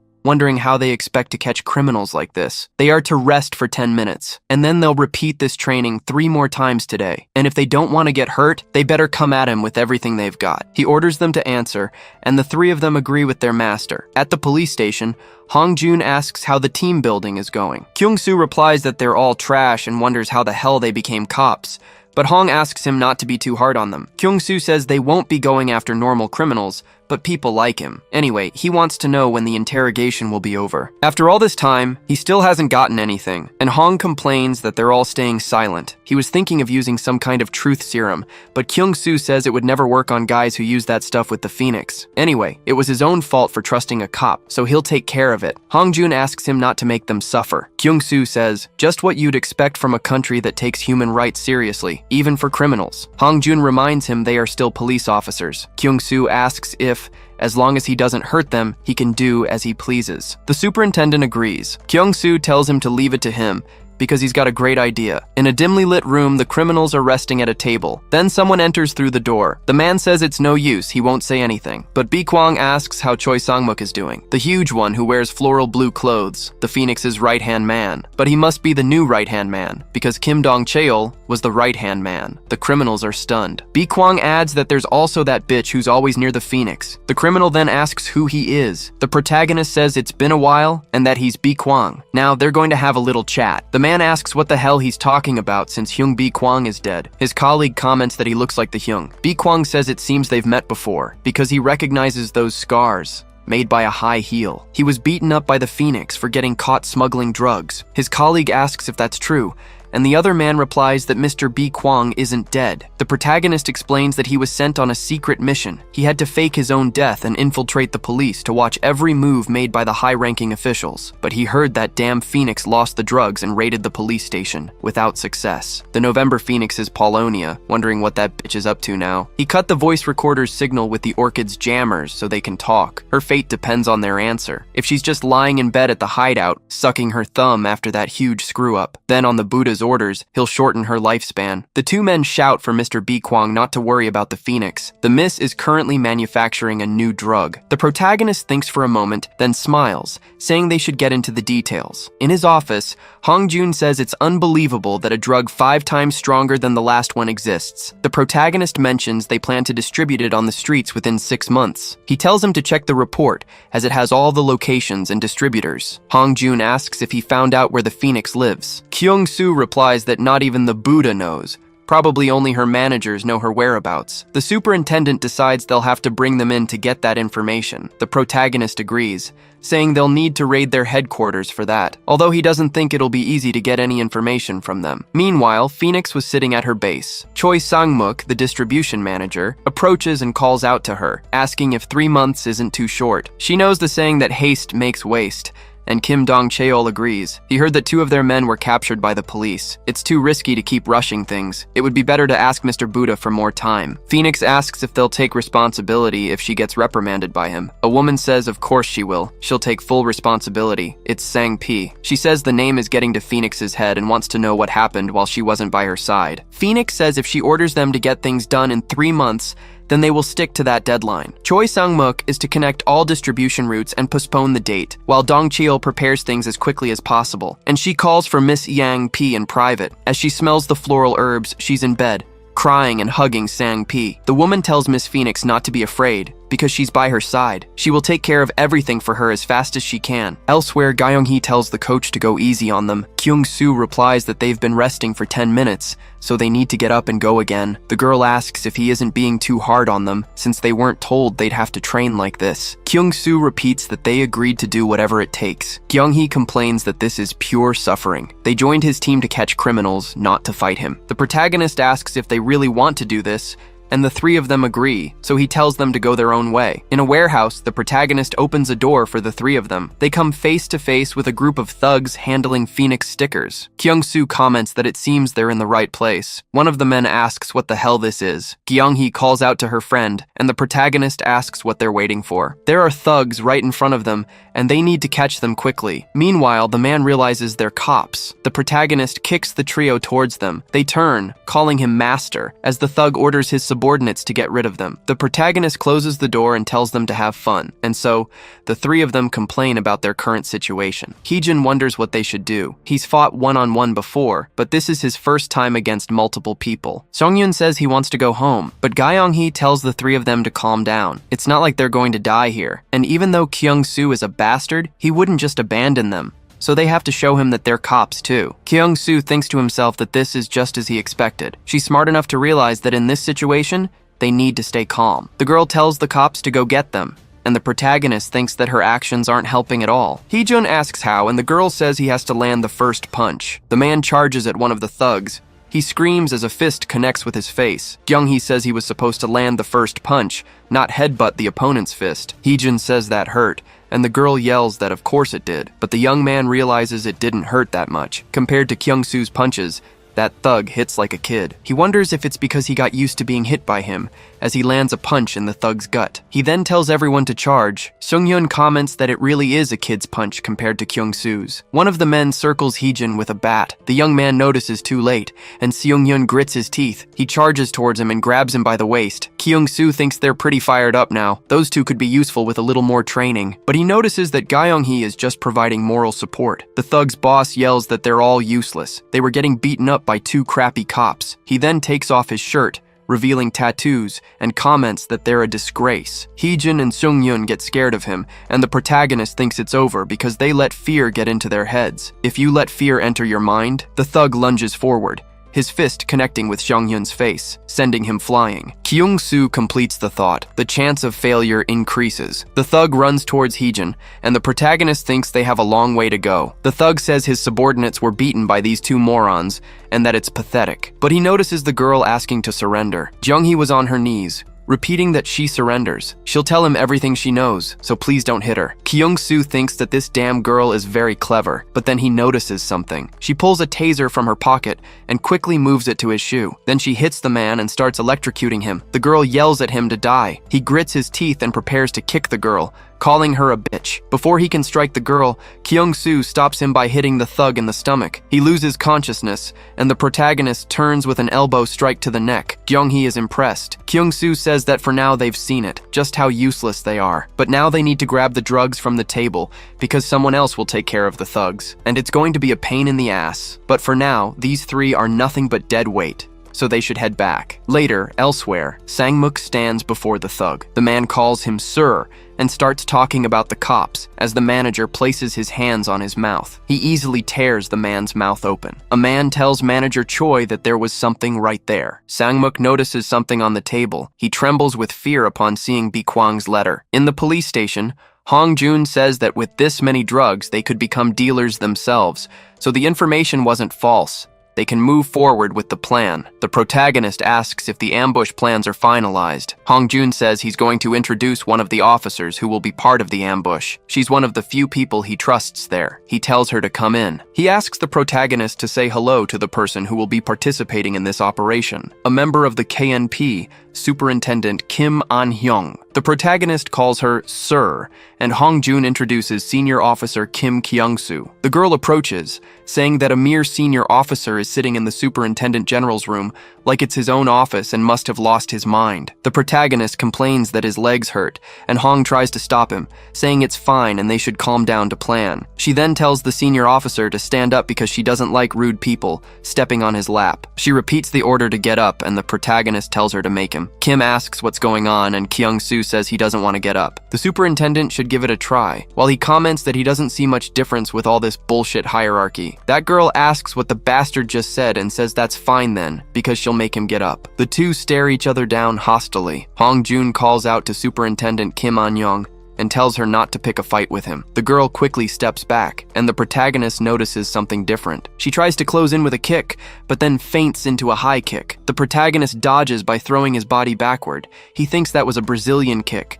The KNP Seoul wasn't like the people at the precinct. They were on a different level. He dodges all of An-hyung's attacks. The woman calls him a bastard. She asks how he dares to dodge all her kicks, and if that's how he wants to play, she'll just grab him and drag him out of there. The protagonist thinks that she switched to a grapple in an instant, and is also quick on her feet, on a whole different level compared to Sung-hyun. He moves his fingers to strike her chin, thinking she's a valuable piece for his plan. The girl faints and falls into the protagonist's lap. Kyung-soo asks if she wasn't the one who said she'd drag him out of there and wants to know why she's lying down. She gets even angrier and lunges forward with a slap. The protagonist notes that this is to be expected from a KNP Seoul member. She has an incredible physique, dodging every attack. Hongjun eats his chocolate bar, saying it's really good. After the fight ends, she announces that she will now explain the Phoenix Polonia operation. According to the report, on the last weekend of each month, the distribution managers gather for a meeting in the club's basement, which would be in 15 days. They're going to tackle this with two teams, one led by Superintendent Kim An-hyung and the other led by Kyung-soo. The girl asks how they can trust this information. Hongjun says he got it through interrogation, and she tells him not to joke around because they didn't say anything when she interrogated them. Kyung-soo tells her to cut the crap, that he's the one who got the intel, and she tells him to shut his mouth, demanding to know why he's speaking so informally. She wouldn't believe it unless she heard it from their own mouths and is going to interrogate them again, but Hongjun refuses, stating that unfortunately, another interrogation is impossible as they were found dead. An-hyung is shocked, and the protagonist asks why the security there is so bad. Hongjun continues that they must be prepared because he'll see them both at the next meeting, and they are dismissed. The girl asks how they died. The superintendent general tells the protagonist to stay behind for a moment. An-young asks what the hell was going on in that place. As she opens the door, she warns that her specialty is shooting, and he should prepare himself because she's coming after him with her gun. Kyung-soo mutters that she's completely nuts. Hongjun gets the protagonist's attention. He shows him something that was found in the interrogation room where the two were found dead. Then he asks if that card means anything to him. The protagonist quickly identifies it as a crane. In the hideout, Phoenix holds Bi Kwang's card, trembling with fear. Sang-muk comments that it was found in a warehouse where the police ambush happened, and Dong Cheol asks if they should report it to Mr. Buddha, but Phoenix refuses. She says it can't be. Bi Kwang was dead. Besides, Buddha would just chew her out for talking nonsense, so they must proceed with the plan. If she can't redeem herself this time, she's going to die. She wonders why the cops have Bi Kwang's card, as it makes no sense, thinking that either way, she is going to die. She then screams, having an anxiety attack, and the managers order someone to bring Miss Sang P quickly. Incense smoke rises into the air, and the woman closes Phoenix's eyes. She calls her two subordinates, who ask what their lady needs. Phoenix just tells them to proceed with the plan. Dong Seol comments that this is very risky since the police know everything, and there are other concerns. But Phoenix calls for Miss Sang P, telling her to give them one too, because if they worry too much, things will go wrong. The woman says it will be as her lady wishes. They should come over and get one. Holding a paper of Polonia flowers, Phoenix says it was just refined and purified by Sang-pi, so it's fresh. The two use the drug. Dong Cheol comments that all his worries are disappearing, and Sang-muk says that now everything will go as it should, so they would continue with the plan. In the training area, Kyung-soo complains that this is no good. Wondering if the other two ran off, Kyung-hee comments that they were going to stop by the hospital on their way. The protagonist comments that they were weaklings, but that's actually for the best. Ga-young-hee suggests they can rest since she's the only one here, but the protagonist questions that, because until the others arrive, the two of them are going to fight one-on-one. This would be her special training, and the girl repeats his words. The protagonist comments that her body is crap. The girl says she has a decent body, but the protagonist replies that it's complete shit. She has no muscle mass, but has stamina, and her flexibility is like a statue's, with no specific traits for fighting. They're being sent on an operation soon, and she'll probably be the first to die. The girl asks what kind of operation it is. Kyung-soo thinks that at first, he wondered who would let a girl like her become a cop, but over time he came to a plausible explanation. He knew she was smart, but she's much brighter than he expected. From what he heard, she memorized every restaurant number in this area and was nicknamed the Human Delivery Service. Kyung-soo warns that if she doesn't want to die, the best thing to do is focus on her strengths and stop wasting time hiding her weaknesses. From now on, when she's training, she should think of a collapsible baton as a weapon. When folding it, think of it as a knife or a blunt weapon. He's going to be extra hard on her so that her body learns. So she must make sure to memorize this with that genius brain of hers. The girl asks what she's supposed to memorize. The protagonist says she'll find out soon enough, and the girl tells him to just say it. He tells her she'll just have to wait and see what happens. The day goes on, and later, Heejin and Seung-yun are shocked. They wonder what happened to the place. The girl says it was very intense, and they want to find out what they were doing. The protagonist asks if they really want to know, because they'll find out soon enough, and it's better not to worry. The two of them beg to live the rest of their lives without finding out. Time passed, and 15 days later, the night of the Phoenix Polonia operation arrived. Heejin comments that he just lived through 15 days of hell, and Seung-hyun says he never wants to experience that again. Kyung-hee asks what kind of operation this is to be working with the KNP Soul. And Young asks what the hell is supposed to be in the forest and says if they don't find anything, she's going to kill the protagonist. A man up front calls for the captain, announcing they've arrived, as there's a tunnel guarded by two men in chicken heads. Kyung-hee asks what the hell is that, while An-young reacts and moves as far forward as she can. She moves her weapon quickly and strikes one of the chicken heads. Her colleague tries to pull something from his pocket, but he's hit in the neck by An-young's kick. All the squad members are shocked by her skill. The girl speaks into a radio, saying the two guards have been successfully taken down and they're starting the operation now. Kyung-soo says that's what you call an incredible physique and that they should go now. An-young tells them to stop, that they're to stay here and watch these two. The protagonist replies that she's stupid. The girl adds that in the first place, having the KNP Soul and some city cops working together is absurd. Kyung-hee tries to say they're not just some cops, but she laughs, saying that a damn city cop is talking back to her now. She let them tag along because of the superintendent general's order, but they should stay back from now on, as they'll only get in the way. Kyung-soo says they're on their own, and it's better because they won't have to work up a sweat. An-young comments that he's finally taking her orders, so now they'll move in, advancing with their squad. After dealing with the guards at the entrance, the protagonist assesses the situation, and after descending a long flight of stairs, An-young enters with her squad. They arrive at a place where loud music is playing. The people were like zombies, just swaying back and forth. An-young asks what the hell is going on. Dong Cheol sighs, saying he knew this would happen. Everything seemed completely wrong, so he grabs a radio. He makes an announcement to all current club members. Some unwanted guests have invaded the club, trying to ruin the party. If they manage to capture and bring them to him for each one, he'll provide a pass for unlimited treatment drugs for a month. With that, Phoenix's Operation Polonia had begun. An-young orders her people to raise their shields. The zombies advance towards the police. They block with their shields but are pushed back, wondering how they were so strong. Dong Cheol comments that they can't just shoot or they'll be in trouble. An-young yells for the firing squad to put on their masks. She throws a tear gas grenade. The girl yells for her squad to push them back, but a soldier calls out to the captain. An-young is surprised because the tear gas had no effect on them. Dong Cheol says it was foolish, as they're feeling a euphoria much stronger than pain. He orders his men to gather the drugs and take them to Miss Sang-pi through the back door, but someone suddenly enters the room, and An-young turns around. Kyung-soo was running, and she orders him back to his post. The protagonist leaps, using her head as a springboard to move toward Dong Cheol. He advances with a knife. A simple cut lands on Dong Cheol. He's surprised but manages to block it with the radio. The protagonist says he underestimated him. Unlike the boss, The subordinates must have received martial arts training. Down below, people scream as the police forcefully push them back. Dong Cheol remarks that they really think they can push back using just force, and the protagonist calls out to him. The manager turns but is quickly startled. The protagonist lunges forward at a thunderous speed and slashes his chest. Anyang is shocked by his speed. Dong Cheol screams in pain, but the protagonist grabs him. Pinning him against the wall, he asks why he looked away and if it was because he seemed weak. It's not a fatal wound, so don't worry. They begged me not to take anyone's life if I could help it. Then he quickly moves his knife towards both of Dong Cheol's hands. Pinning them there, Dong Cheol feels excruciating pain. The protagonist says he won't kill him, and that he should stay right there on the wall. Dong Cheol asks who he is. Kyung-soo walks away, saying he doesn't know either. Anyang kicks one of the zombies away and celebrates that they've made it. She reports that they're heading upstairs, but then gets startled. Kyung-soo's knife was still stuck in the wall,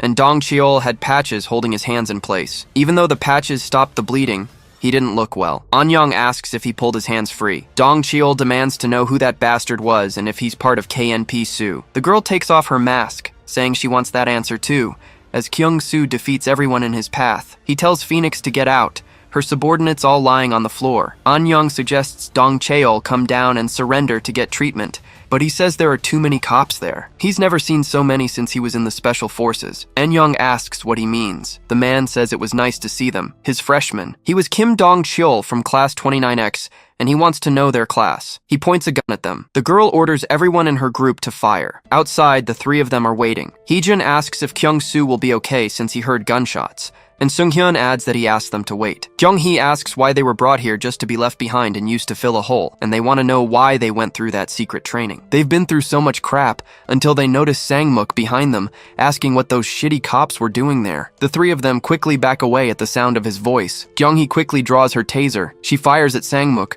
but the man just puts up his hand to stop it. He then pulls the weapon from her and destroys it easily. The girl is impressed, and he says that it just tickles. But it's not even close to what Miss Phoenix is capable of. Firearms are a sensitive topic in Korea, with strict regulations on their use. The police are no exception. A case where an officer fires a real bullet might only be seen once a year. That's why police officers learn to use non-lethal weapons like tasers or rubber bullets. Dong Cheol tells them to shoot all they want, while sucking on a blue lollipop, because they can certainly do a lot of damage with rubber bullets. An officer asks what the table is made of, and Anyang says it won't be enough. They must switch to live ammunition. She announces she is Kim Anyang from class 30X, and the next round will be live fire. She tells him to stop resisting and surrender to treat his wounds, but Dong Cheol says he'd rather die. He'll just end up losing his life in a jail cell for the rest of his days, unable to use drugs anymore. Anyang asks if he's choosing this over his life. Dong Cheol says that when he was active, his life was turned upside down after getting drugs on a mission. He scoured the area looking for better quality drugs,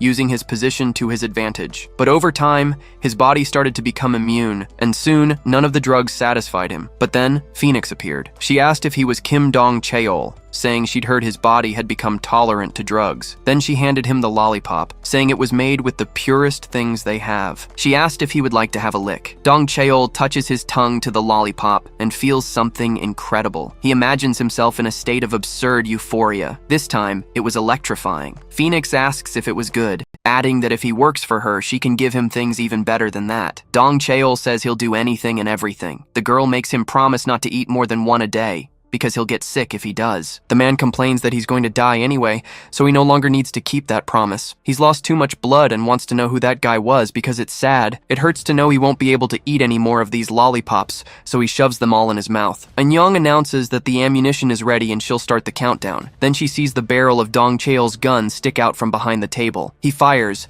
and the projectile ricochets off the wall. It heads towards the girl, who manages to dodge by ducking her head. She wonders if the bullets are ricocheting. Dong Cheol stands up and yells for his juniors not to just stand there. They need to make their senior's funeral totally extravagant. He fires again. Elsewhere, Kyung-soo dodges another shot. The other goons keep shooting at him, but Kyung-soo grabs one's wrist and strikes his hand to make him drop the gun. He pulls out his own gun and shoots the man in the leg. He continues to do the same to each of his enemies, putting the gun in one of their mouths and then elbowing him. A noise can be heard from Miss Sang P's room. Kyung-soo keeps walking towards it and finally opens the door. He comes face to face with the woman. She says she'd been wondering who was causing such a commotion and remarks that it was him, adding she'd heard about him from Miss Phoenix. She was going to pay him a visit herself, but it seems he arrived first. Kyung-soo asks if she received his gift. After all, she was the first-generation Phoenix. Song-pi asks who the hell he is. The protagonist replies that he's heard that question a lot, but he's not tired of it. He's going to make her remember the good old days. Meanwhile, An-young keeps shooting at the table. The projectiles pierce through the structure, and some even hit Dong Cheol. The woman yells for them not to stop shooting. She notices something different as Dong Cheol throws the table. The officers are startled, and one of them raises his shield, redirecting the table away. An-young yells that at this rate he'll be dead soon. Dong Cheol charges, crouched low towards the squad. Holding the knife in his hand, one of them raises his shield. That man activates something under his helmet and takes the man's life. An-young is surprised to see this. Dong Cheol says he shouldn't have raised his shield so recklessly, asking if he thought he couldn't do anything just because he was about to die. The other soldiers scream, and Dong Cheol comments that now he's close to her. The girl is afraid of hitting her comrades if she shoots, and he points the gun at her. An-young quickly moves aside and kicks Dong Cheol away. The man is thrown back, and she starts to aim, firing repeatedly at Dong Cheol's chest. He falls to the ground, and An-young orders them to check on him. The soldier says he's lifeless, and the girl is surprised. Dong Cheol warns that he's not in hell yet, and throws a grenade at them. The girl recognizes the smoke grenade, and it explodes right after. One of the soldiers says he can't see and is immediately shot in the forehead. His friend asks what that was and where he was shooting from, while An-young thinks that if these idiots keep screaming like this, Dong Cheol says it's pathetic to panic just because one of them died, and that over time the equipment gets better, not the people. They should think of this as a lesson for their juniors. Even if the price of this lesson is their lives, he says, landing another shot. One of the soldiers trembles in fear. He spots a silhouette in the smoke and starts firing while screaming, but he realizes something is wrong. It was his colleague, who asks where he was shooting. Amidst the confusion in the smoke, An-young heard gunshots and the bodies of her colleagues falling right after. She wondered where he was shooting from,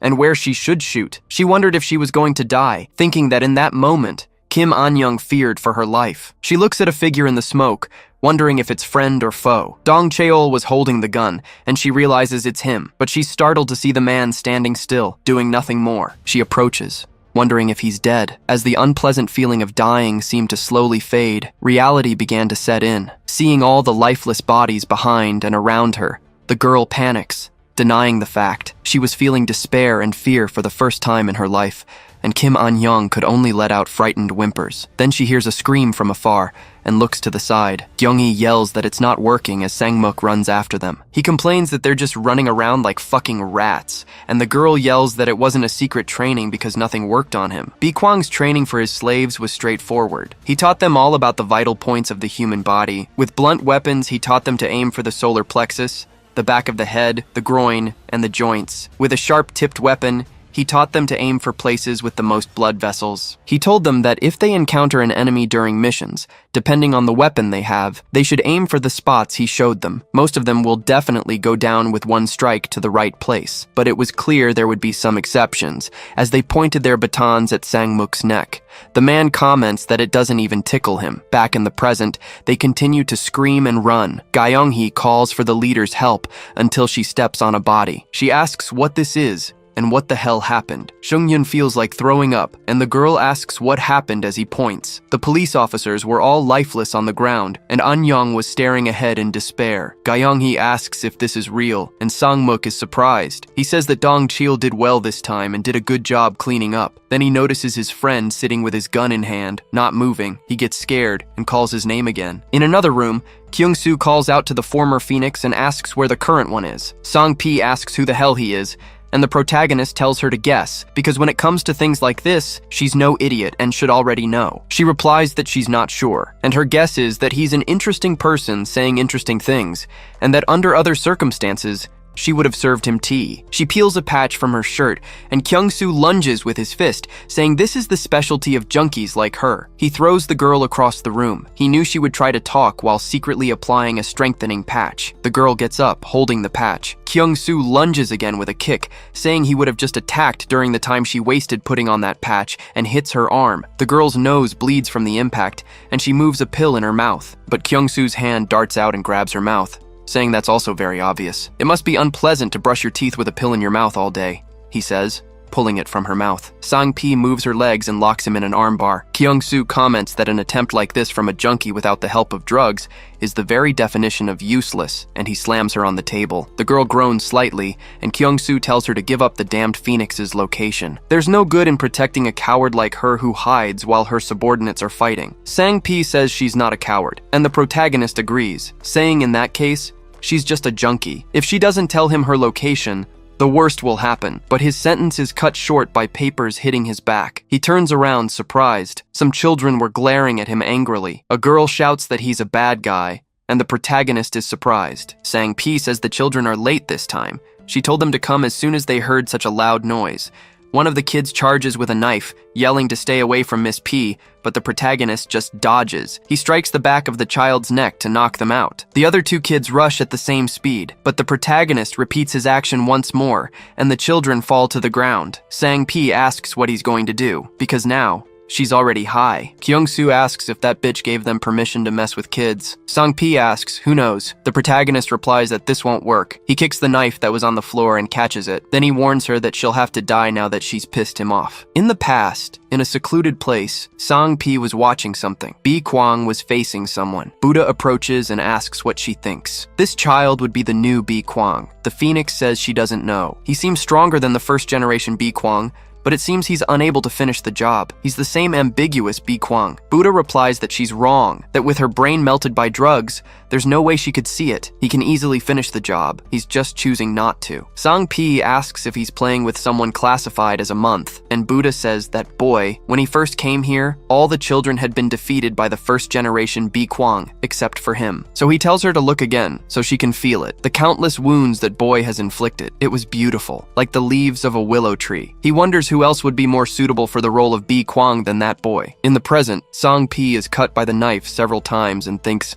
so this is it. She understands now. This man was definitely Bi Kwang, creating a vast number of cuts on her body as if they were willow leaves. After the battle, Sang-Pi is on the floor, breathing, barely alive. The protagonist then steps on her chest. He says he'll ask one last time where the Phoenix is hiding, and Sang-Pi asks if he'll kill her even if she tells him. The protagonist confirms he will, but he'll make it painless, and the girl smiles. The first generation Phoenix, now known as Sang-Pi after leaving the position of the month of November, had her fate left in the hands of the new Phoenix by Buddha. When the old months are replaced by the new, a succession ceremony must be held. It is completed with the funeral of the old generation. However, the new Phoenix did not take the old one's life. Instead, she asked her why she tried to poison her with this, wondering if she knows how much poison she's consumed so far, and if she really thought I wouldn't notice, because even after I let her live, she still tried to take my life. He then asks if she hates her, but Sang-Pi insists that's not the case at all. Crying, Phoenix just questions why everyone hates her so much. They tried to kill her for being weak,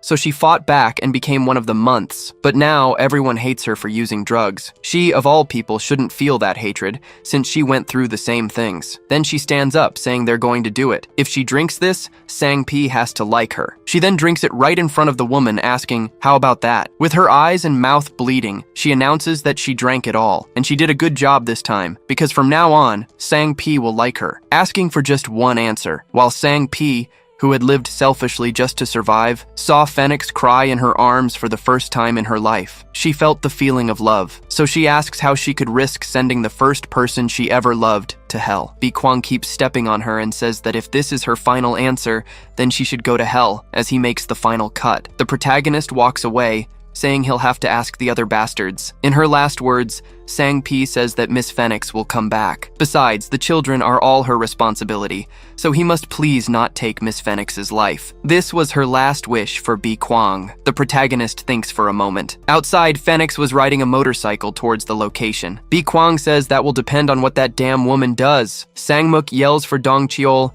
and Gyung-hee yells for the captain. The man runs towards his friend, and the girl tells the captain to pull herself together, slapping her face repeatedly, but with no success. Then she asks the two of them to try slapping her, but Hee-jun calls out to Gyun-hee. Sang-mook was using patches, filled with rage for having lost his friend. He then charges at them while the girl orders them to block him. Sang-mook swings his arm and throws them both away with an elbow strike. Then he goes after the girl, saying he's going to rip out every one of her organs. His hand gets closer, but blood splatters from nearby. It came from Sang-mook, who had been cut by Kyung-soo. The giant man groans in pain, and Kyung-hee calls out to her friend. Kyung-soo says he's not going to tear his colleagues apart. Not on his watch. This girl's body still has some use. Then he looks at Dong Cheol, saying he hit his pressure point, but they were still destroyed. So he had underestimated Dong Cheol's abilities until Sang-mook moves behind his back. The protagonist blocks the blow with a shield and says, "That must have hurt." Sang-mook complains about the pain in his hand, and the protagonist calls the three of them,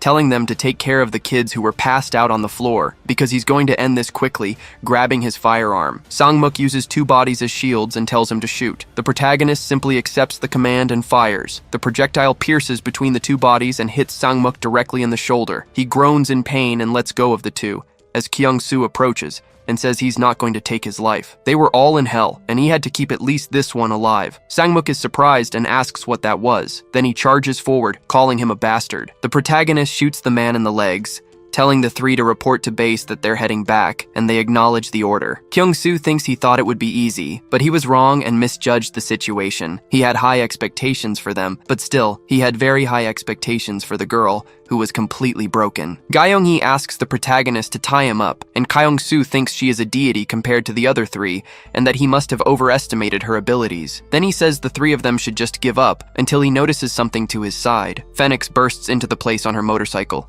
She steers her vehicle to hit the spot where the protagonist was. Kyung-soo readies his rifle and fires at her, but Phoenix dodges, hitting his shield with her rear tire. The protagonist is thrown far away by the impact. Then the girl parks her bike. Sang-mook calls out to his lady as she takes off her helmet. Phoenix had a different patch on her head, and Heejin recognizes her as the crazy girl from that day. The woman tells Choi Sang-mook to gather the others and follow her, because finding an escape route was harder than she expected. She adds that if she's going to get chewed out, she'd rather they stay alive. Sang-mook informs her that everyone else has already lost their lives, except for him. The girl is surprised to hear this, and the protagonist confirms the information, saying they were all lifeless, and remembering Dong Cheol and Sang-pi Phoenix gets angry and revs her motorcycle while pulling something from her jacket. She twirls her shurikens around her finger, saying she'll take the protagonist's life herself. Kyung-soo pretends to be surprised and says it's terrifying. In the past, Bi-kwang was resting with his injured arm when someone called out to him. Phoenix approaches and says it looks like he got chewed out for not obeying Lord Buddha and asks if he was okay. Bi-kwang asks about her, and the girl says she was fine because it's her own fault for being so weak. Lord Buddha said he'll be in charge of evaluating them starting next month, and she's relieved to have him in command now. She was so jealous because he was promoted to be one of the months and even got a name. Besides, Bi-kwang sounds cool. She asks if he thinks she can get a name too, and Bi-kwang replies that her dreams are too big. Phoenix says the relationships between the months are horrible, and if she manages to become one of them, Bi-kwang must still be friendly with her. He has to promise. Back in the present, Phoenix throws the flowers at the protagonist. One of them hits his glove and then explodes. Kyung-soo thinks it's some kind of drug smoke. It's not particularly explosive, but it's significantly blocking his vision. His arm is still a bit stiff, but he can still move it. Then, Phoenix charges with her bike. The protagonist dodges by moving to the side, and the girl stops her motorcycle, asking how long he's going to keep running, until she notices something different. The protagonist had jumped towards the stairs. She says he must have thought she couldn't follow him up the stairs, and steers her bike that way. A room on the second floor was open, and the protagonist runs through it. The smoke trails into the area, and Phoenix's bike follows right after. She notices something, with all her subordinates on the floor. Kyung-soo tells her to come at him, but to be careful not to run over her own people. Phoenix dodges all the bodies on her bike with absurd skill. She then notices something. The protagonist was no longer there. Kyung-soo comments that she's really good at riding that thing, hanging from the rafters on the ceiling. He moves quickly and wraps his arms around her neck for a chokehold. Phoenix decides to accelerate her bike, and the protagonist notes that she was trying to throw him off, but she wasn't wearing a helmet to do it. The bike goes one way, and the two of them are thrown the other. He clutches his lower back, commenting that it's the second time he's fallen today. Phoenix gets up, asking who the hell he was. If it weren't for him, everything would have gone according to her plans. Kyung-soo says he's not sure when it started, but at some point she started blaming him for everything. She used to follow him around and do whatever he said when she was younger. The person she should be blaming isn't him. The girl yells at him not to talk about things he doesn't understand. Demanding to know who the hell he is, the protagonist answers, Bi-kwang. That was his name. The girl asks what that is, What the hell was he talking about? The protagonist calls out to Phoenix, telling her to surrender, as he had planned to take her life. She's in charge of the funds, so there might be transaction data left behind. They asked for her to be brought in alive. She must testify against all the crap she went through because of that bastard monk and provide all related evidence. In return, he would let her live. Phoenix laughs hysterically, saying that Bi Kwang had a secret disciple who was a cop. Kyung-soo says that she, of all people, knows he doesn't have any disciples, because she did a background check on him when she became one of the months, or, he asks, did she think he wouldn't notice someone following him during his missions? There were only 2 people in Hwaguksa who hated that monk, and it was them. So you want to know why she didn't leave? The girl screams at him several times to shut up, because Bi Kwang was lifeless. Lord Buddha even showed her his body, and said she would be next if she didn't obey. Kyung-soo says it might be hard to believe. The girl cries, saying Bi Kwang wouldn't say that to his disciple, remembering the past. Because she hates Bi Kwang more than Lord Buddha, she sticks 2 more special patches on her face. Phoenix lunges at him, and the protagonist holds his ground. The girl opens her hands, and the protagonist strikes her abdomen, right where the Paulownia flowers were. That smoke fills the area, and the protagonist is surprised. The girl says this feels really good, and thinks it's amazing. Drugs were the best things in her life. Even with a headache afterward, a little stomachache, or even an injury, drugs could take care of anything. Even when she was in the worst situations, or just not feeling well, these drugs took care of everything. Just then, Phoenix's fist connects with the protagonist's face. This feeling was so good, she repeats it mentally. If you use drugs as medicine, you'll get better and heal. However, narcotics only make you delusional about what's happening in the real world. The girl asks how he's still standing, but reality remains unchanged. They only make things worse, as Phoenix starts to panic from the pain, wondering what the hell this was. She was winning. She needs more. The protagonist calls out to Phoenix, telling her she's a disgrace and should just give up. The girl thinks about that phrase. She gets up with the patches, asking who he thinks he is. Kyung-soo replies that he knows everything better than anyone, tossing the patches into the air. The girl screams for her drugs and tries to catch them in midair. The protagonist tells her to give up now and surrender, hitting her on the head. She needs to stop exposing her own disgrace. After a while, she asks him for the drugs. Kyung-soo replies that if she promises to surrender, he'll give her a dose. Phoenix tells him to just take her life, as she's more afraid of getting chewed out by Buddha than of dying. Kyung-soo replies that Sang-pi asked for a favor. She begged him not to take her life. Phoenix replies that if he were really Bi Kwang, he wouldn't have killed Sang-pi, but would have taken her information instead. The protagonist explains that she messed with the children. Judging by the girl's reaction, she didn't know. He asks if she understands why he took her life now. Phoenix says he's still just pretending to be Bi Kwang. Kyung-soo stands up, saying that if this is because she's afraid of that monk, she shouldn't worry, because he's gonna take that damn bastard's life. She's surprised and repeats, "You're going to kill Lord Buddha?" laughing at the thought. She then says that Lord Buddha managed to defeat even Bi Kwang, and he'll never be able to do the same. Kyung-soo explains that his original body was damaged and broken. The years of excessive training and abuse he endured as a child were a shortcut to becoming stronger, but his body was a consumable item, and the damage accumulated. And the final mission that sealed the deal on how his body broke was the mission to sweep the true religion. He was gravely injured after that mission, and she knows it. But this new body he got is different. It was trained diligently, allowing him to jump into action in the blink of an eye. Without any childhood abuse, this body was brand new. He got lucky. If he had taken that damn girl's body instead, he shudders just thinking about it. He then says that if he gets used to this body and trains more, that wretched monk will die by his hands. Phoenix is startled. She says he really is the Bi Kwang she knew. The protagonist confirms it and tells her to choose. Surrender or die right here. The girl thinks for a few seconds and makes her decision. Outside, Heejun asks if Kyung-soo will be okay. Kyung-hee says she'll gather everyone and get out of there since reinforcements will arrive in 30 minutes. But they should give first aid to Sangmuk before that, because he's losing a lot of blood. The man says that if they try to touch him,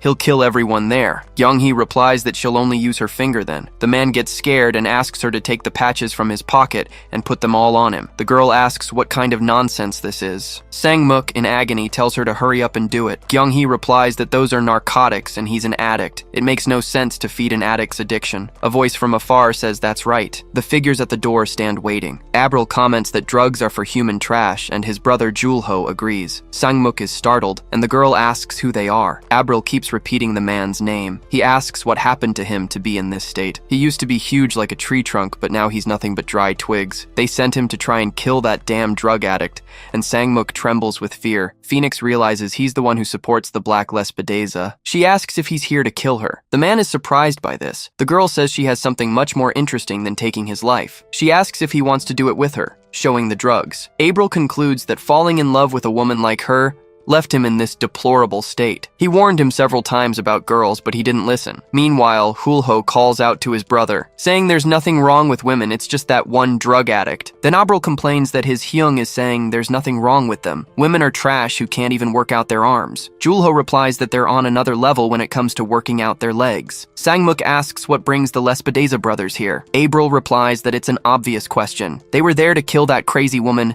and ask where she is. On the way from that place, the protagonist carries Phoenix on his back. She comments that this reminds her of the old days, and Bi Kwang tells her to stop talking and save her energy for her surrender. She asks if he remembers when they first met, when Buddha called over Bi Kwang, who was working, saying this is the child who passed the entrance exam. From now on, the two of them will be a unit, and he must teach her a few things while she practices. A few moments later, the girl falls to the ground with her sword. Bi Kwang had easily knocked her down. He asks how she passed the first rite of passage if she's this weak. The girl mentions something about bodies. She woke up trapped among them, and she was the only one alive. Bi Kwang replies that she isn't skilled enough to pass. The girl apologizes, saying she'll do whatever he says, but please don't tell Lord Buddha. Bi Kwang remains silent, watching the girl plead. Then he tells her to get up because he won't tell anyone. Because when he passed the entrance exam, he promised himself he would keep his future partner alive and safe. The girl asks if he can promise and holds out her pinky. Bi Kwang asks what that is. She replies that promises are made by linking pinkies, and that's what her mother told her. She asks if he can promise,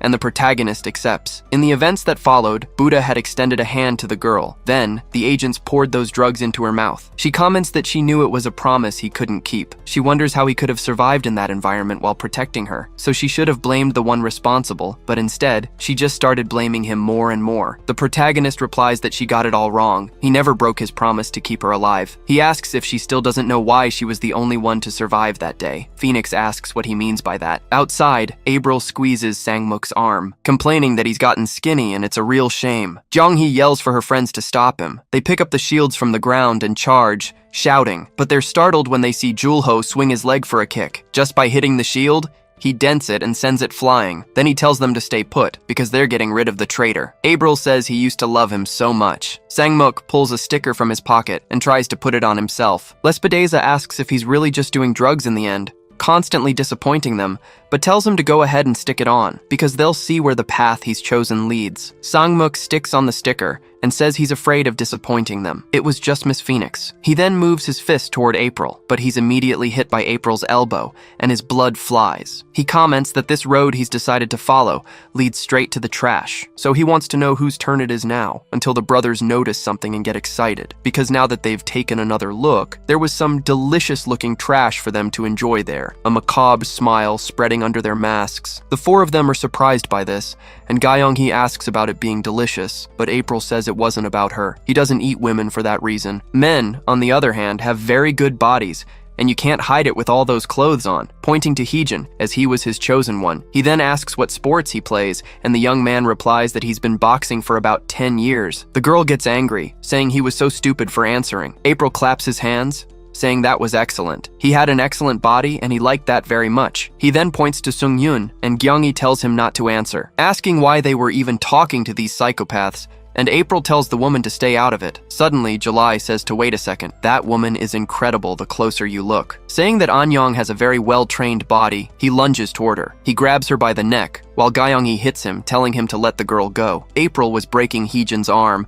who says that he's too strong. July says they should then give thanks for the meal, opening his mouth wide to feed. Back in the hallway, Phoenix asks what he means by why she was the only one to survive that day. It was probably because she's immune to drugs, and Kyung-soo replies that after becoming her training partner, he realized something, because no matter how much she trained, in the end she would still inevitably lose her life to that bastard. He sighs deeply, and Bi Kwang asks if he was worried about that little girl. The protagonist snaps the staff in two and lunges at him. Bi Kwang easily catches it and tells him to calm down, because even though he's the next month after him, he was still just a child, and strikes his neck. He then says he'll tell him a way to prevent her from losing her life. He knows what kind of herbs are used to make sayak, and if she takes small amounts of poison now and gradually increases the dose, she'll become immune. The protagonist asks what he wants with this. Bi Kwang replies that he's a smart kid, and it was a wise decision on his part to let him live that day. And so, He was able to get his hands on the list of poisonous herbs that were used in exchange for a deal with the first-generation Bikwang. A few days later,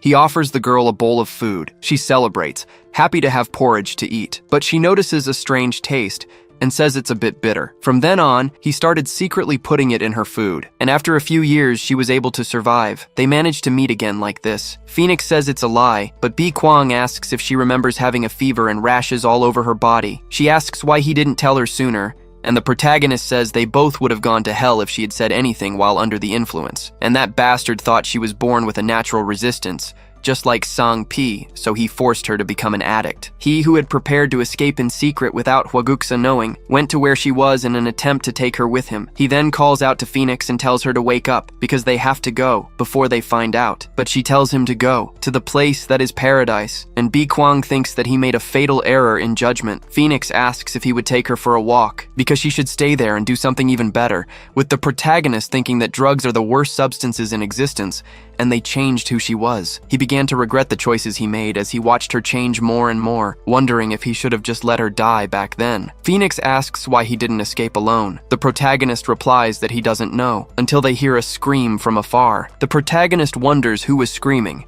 and Phoenix says Sangmuk might be the cause. She needs to hurry and tell him. So they go through the door and she tells Sangmuk to stop, but the screaming doesn't stop. April was eating Heejin's arm. Kyung-hee calls out Kyung-soo's name. Phoenix recognizes the brothers, and the protagonist says this isn't good. There were two brothers. The older one was born with a weaker lower body, and the younger one with a weaker upper body. Their physical defects were a weakness and a trauma in themselves, and that was the reason they were abandoned. They were confined to the hunger room, where children with physical disabilities were sent. The brothers couldn't accept that they had to die just for being born with a disability, and because of that, they promised to overcome their reality. They trained, they took lives, and they devoured, repeating this process hundreds of times until they slowly grew stronger. A few months later, Buddha opens the door to the hunger room. The brothers were able to stay alive through training. The older one was able to train his lower body and gained legs as sturdy as a wild boar's, and the younger one could train his upper body and develop shoulders as broad as a bird.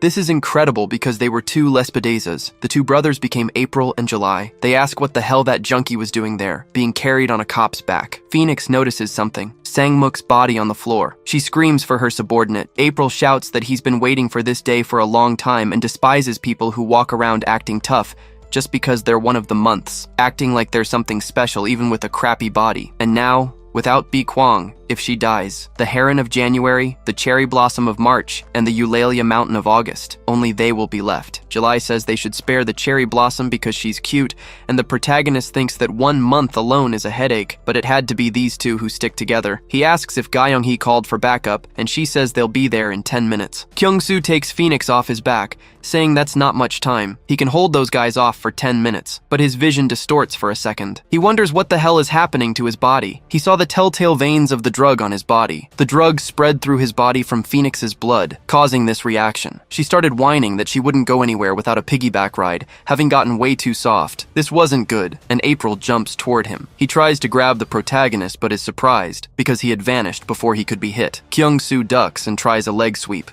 hitting April's shin. The man is unaffected and comments that he wouldn't be able to knock him down with such a weak blow. He then tries an attack with his fists, but grumbles when he realizes he had escaped once again. The protagonist comments that he seems to have gotten a bit bigger, but he's also gotten slower. April is surprised and asks if he knows him from somewhere. Kang thinks he's losing his strength. He then shouts for Phoenix to follow the other officers and get out of there, saying he'll be right behind them, also telling Jo Kyung-hee to take the kids and the other team members and leave. July repeats, "Get out of here," and stands in front of the entrance. The protagonist thinks he doesn't have much time, so he runs, thinking he needs to finish this quickly. April prepares a punch, saying he likes this. The protagonist dodges by dropping his body down and prepares to strike his stomach, but April changes the attack's trajectory into an elbow strike, and the protagonist dodges again. Phoenix thinks that he was matching Bi Kwang Appa. She had always been a burden to him, and grinds her teeth thinking about it, but she pulls something from her jacket, saying this was the end. April comments that the protagonist was getting slower, but he has a good body too. It was a shame. Since he'd been contaminated with drugs, he wouldn't devour him. It was time for him to say goodbye to his life. He moved his fist. However, a sound was heard in the room. April was surprised to see the Phoenix stopping his attack. She apologizes to her Appa, because she probably won't be able to turn around and confess. April tells this woman to get out of his way, but Phoenix said that this time she would be the the one to save him. There are a few stages to the Phoenix drugs. The tiers created by the previous Phoenix, P and Sang P. The updated version was Guang. The amount of satisfaction and physical enhancements one received depended on the stage's version. But of course, risks could occur after the effects wore off. The most potent version of them all was the Guang version, strong enough to make the Sang P version obsolete in just one variation. But there was a phase above Guang that not even the higher-ups knew about. Phoenix, who noticed her body was building a resistance to the Guang phases, decided to spend her time and effort refining the drug to an extremely high concentration. The products of her effort were named Phoenix Tears. She decided she would drink it when the Guang versions no longer had an effect on her, or when a more important moment in her life arose. And Phoenix was certain of one thing. If the Phoenix Tears, kept in a tempered glass vial, were drunk, the next place she would wake up would be in hell, holding on to April's fist. He is surprised and tells the girl to get her filthy hands off him, then throws his other fist. But the girl strikes his back, making April feel pain. He retreats, complaining about that damn woman, until he feels something different. His hand was feeling the effects of the drugs. Abril shouts that the damn junkie had used it on him. His clean body had been contaminated by it. Phoenix starts to whisper some things to her appa. Abril asks what the hell she was saying and how she dared to ruin his clean body. The girl says that, just as she thought, he's a junkie too, since they have no effect on him. Abril tells her to take back what she said, claiming he was fine because of his strong mentality. He's natural. He lunges forward, punching her in the abdomen. Then he says he's going to take the life of this damn junkie. The Phoenix moves some of her blood and spits it out immediately after. It hits April's face, temporarily blinding him. She moves stealthily while April calls her a damn woman. The girl grabs his arm and holds him down using her legs and her arm. April calls her a damn junkie, and Phoenix shouts to the police officers, telling them to grab their colleagues and get the hell out of there. Seung-yoon asks why this person was suddenly helping, and Gyeonggi replies that it's not important right now. They have to get Kyung-soo, the captain, and the kids out of there, but Julho tells them to stop. He says that no one is going anywhere. They tremble in fear, but Gyeonggi notices something, stepping on the patches and getting an idea right after. April screams at her to get off him and starts struggling on the floor. Julio asks if his brother needs help, and April tells him to get this bitch off him. His brother approaches but says he'll take the cops' lives first. He's then surprised because Gyeonggi had put a patch on his face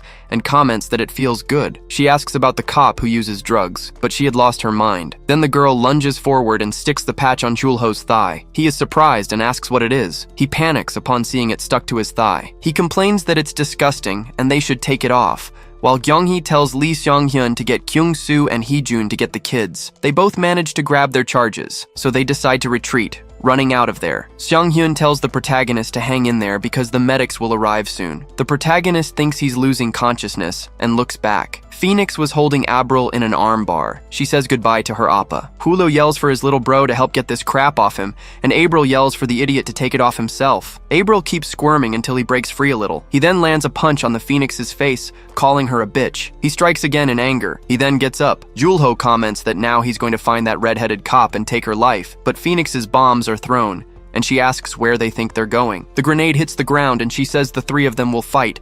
They have unfinished business and are going to settle it once and for all. This is the end, so they will all lose their lives together. One day, on a rainy night, Bi Kwang came to her. He tells her he took a man's life for the first time, and the girl says she heard about it and that he had become one of the months. The protagonist comments that it seemed like he had lost something. He asks if she has ever taken a life before, and the girl denies it. Bi Kwang begs her not to change and holds out his pinky finger. The girl accepts it as a promise. From that day on, Bi Kwang, who had become a month, successfully took on missions focused on eliminating killers like himself, but he failed missions that involved taking the lives of civilians and suffered at the hands of Mr. Buddha, but he was too skilled for Buddha to take his life. On the other hand, Phoenix became a month who turned countless people into addicts and dragged them into an endless den of despair. She felt no remorse for breaking her promise to her appa, nor did she think he had failed to keep his, but she was wrong about that. She had drugged and killed people in front of Bi Kwang and hated him, but she was wrong about that. Abril punches the girl's abdomen, and Julho grabs her head for a knee strike. She wonders why she had changed so much, but she remembers Kyung-soo saying that drugs were the reason she changed so much. If reincarnation exists, it is said that if you sinned in your last life, you will be reborn as an insect or cattle to cleanse your sins, and then return as a human. Bi Kwang held on to even the smallest shred of his humanity, and was reincarnated as a human to ultimately correct his sins. So in her next life, she wonders if she'll be an insect or cattle, or if she would be born into that hell once more, lying on the ground in front of the two brothers. April wonders if the drugs are wearing off since she doesn't look to be in good shape, and Hulho says they beat her up too much. The girl repeats the word drugs and asks them for some. The two start laughing because she was begging for it even before she died, and it was truly disgusting. He asks if she'd like another hit before going to hell and picks up the patch from the floor. April tells her to take back what she said about them being addicts, and as a gift, he'll put one of these on her. Now she should talk about it. Phoenix asks if he's really going to give her drugs. She reaches out her hand, crying, but then she remembers the promise, where Bi Kwang cried and asked her not to change. When she dies, she will go sober, saying that the two brothers are just like her. Before she dies, she will apologize to the people she ruined, while April rips off her finger and hits her, saying he was natural, from the bottom of her heart, and repent, even if she can't be reincarnated like Bi Kwang. The girl says she's sorry and that she was wrong. Insect or cattle, she doesn't care. She doesn't need to be reborn as a human. She doesn't even need to be reborn, so please, never let me be born in that place again, she cries. April asks what the hell she's talking about as she cries, and then he takes the girl's life. He looks at his hands, full of veins, commenting that his whole body is dirty now, but they have to go as they have unfinished business. Hulho asks if he plans to chase the cops in this state, since their backup was arriving. April asks who said he cared, that he'll just kill everyone. Julho replies that he's a little scared. They start arguing because they still have business with the orange-haired woman, but on the other hand, they don't know how many people are coming as backup. April tells him to forget it, that if he won't go with him, he'll go alone. Julio replies that he has no choice but to follow. But suddenly on the comms, Orquídea calls the Lespediza brothers, asking if they dealt with Phoenix. April says yes, and that they were leaving now. Orquídea tells them that backup is on the way to their location, and is climbing the mountain as they speak. If they check the club's warehouse, they'll find oil. They are to burn the drugs and the place down before escaping through the back. Those were Buddha's orders. The two grab the items and gather them together. They place the drugs on Phoenix's body, saying it's the most fitting funeral for a junkie. April says she wanted to bring the body and feed it to that peony's dog. July comments that she would be angry about him feeding her dog garbage. The brothers set the place on fire, commenting that it was fun to watch flames, but they should hurry so they don't get burned themselves. So this is the last goodbye to the junkie before she lost her life. At the hospital, Kyung-soo suddenly wakes up, startled. He looks through the window with a headache from the recent events. A small bird was resting on the tree beside him. The Phoenix's Polonia operation was complete. At the Buddhist temple, Buddha holds November's letter in his hand. He clenches it tightly right after. He calls for May Orchid, who was wearing a wire. From January to October, he must gather everyone because the Buddhist ceremony is about to begin. At the hospital, Kyung-hee goes crazy, mumbling incoherently. Kyung-soo watches from a distance and calls her crazy. Behind him, Hong-jun calls out to veteran Kyung-soo. He asks if his body is okay and if they can talk for a bit. In a waiting room, he asks how long he was out, and Hong replies that it was 2 days. The Phoenix had lost her life. Kyung-soo says he understands and that he should have saved her and extracted information, but she lost her life, and he seemed sad about it. Hong-jun mentions that while he was out, opinions arose that the police's use of live ammunition during the Phoenix's Polonia operation was excessive force. On the other hand, there are politicians arguing against this, saying it was the right decision to make. A public opinion battle has started because of it. Kyung-soo asks if they were saying this even about the soldiers who lost their lives, and Hong-jun says politicians always split into two sides. If side A has a circle, then side B has a triangle, and vice versa.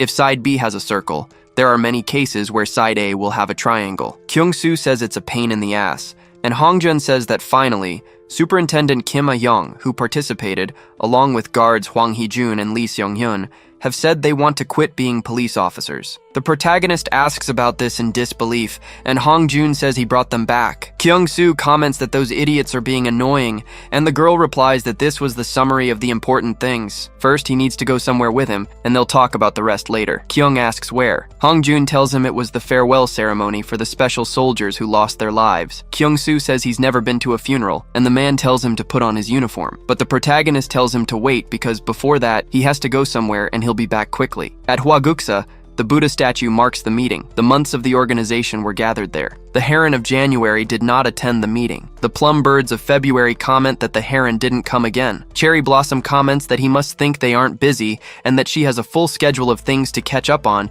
yet she still came. Black Lespedeza of April asks why she's pretending to be busy when she's not even married. May Orchid says he should muzzle him and asks if he wants her to use one. June Peony replies that it's okay. Her dogs don't bite. July, Lespedeza wonders if he should ask Cherry Blossom out on a date after the ceremony. Eulalia Mountain of August did not attend the meeting. September, Chrysanthemum asks when Buddha would arrive. October, Maple Leaf comments that it seems Shitnix had lost her life. Suddenly, the doors open and Buddha enters. He asks if everyone is gathered. October mentions that the heron and the mountain didn't come, and Buddha replies that the mountain was cleaning up Phoenix's traces. February asks about January, and Buddha says he's out of the question. April comments that it's because they are Kwangs, and Cherry Blossom says she's one too, and yet she was there. Buddha asks if everyone heard that the Phoenix lost her life, and February says that stupid woman did something worthy before she died. Cherry Blossom asks if they were there to choose the new November and December, but Buddha denies it, saying the reason he called them there was because one of them is going to assassinate the veteran Superintendent General Hong Jun. They question him about a police officer. Chrysanthemum says that if it's that kind of request, he can send one of the disciples instead of one of the months. Orchid agrees, as they are no longer the same religion of the past, and Buddha says that in the old days, he sent Bi Kwang to take Hong Jun's life. Chrysanthemum says Bi Kwang wouldn't take another person's life unless they were a murderer, and July says he wasn't qualified to be one. Buddha adds that this time was different because he came back beaten up. He said that this police officer is incredibly skilled. Peony asks how that idiot could be so strong, and July says he looked like trash in the photo. April says Bi Kwang must not be giving his all, and Orchid says his body was all bruised. Buddha can't believe it either, so it's better to be safe. Instead of taking his life, he made sure he wouldn't be able to track them anymore. However, this guy is tracking them again, and now they know that whether this guy is skilled or not, he must be dealt with. So he asks who will take this guy's life. At the funeral ceremony, Hong Jun feels a slight chill. The protagonist climbs a mountain in his training clothes. He thinks about how he was losing consciousness that day, but Phoenix's last words to him were the coordinates of a specific location. According to the coordinates, this was the place. He wonders what the hell is there, and if it's buried in the ground again, because there must be a ton of worms and fucking slugs. Digging in this place will take a long time,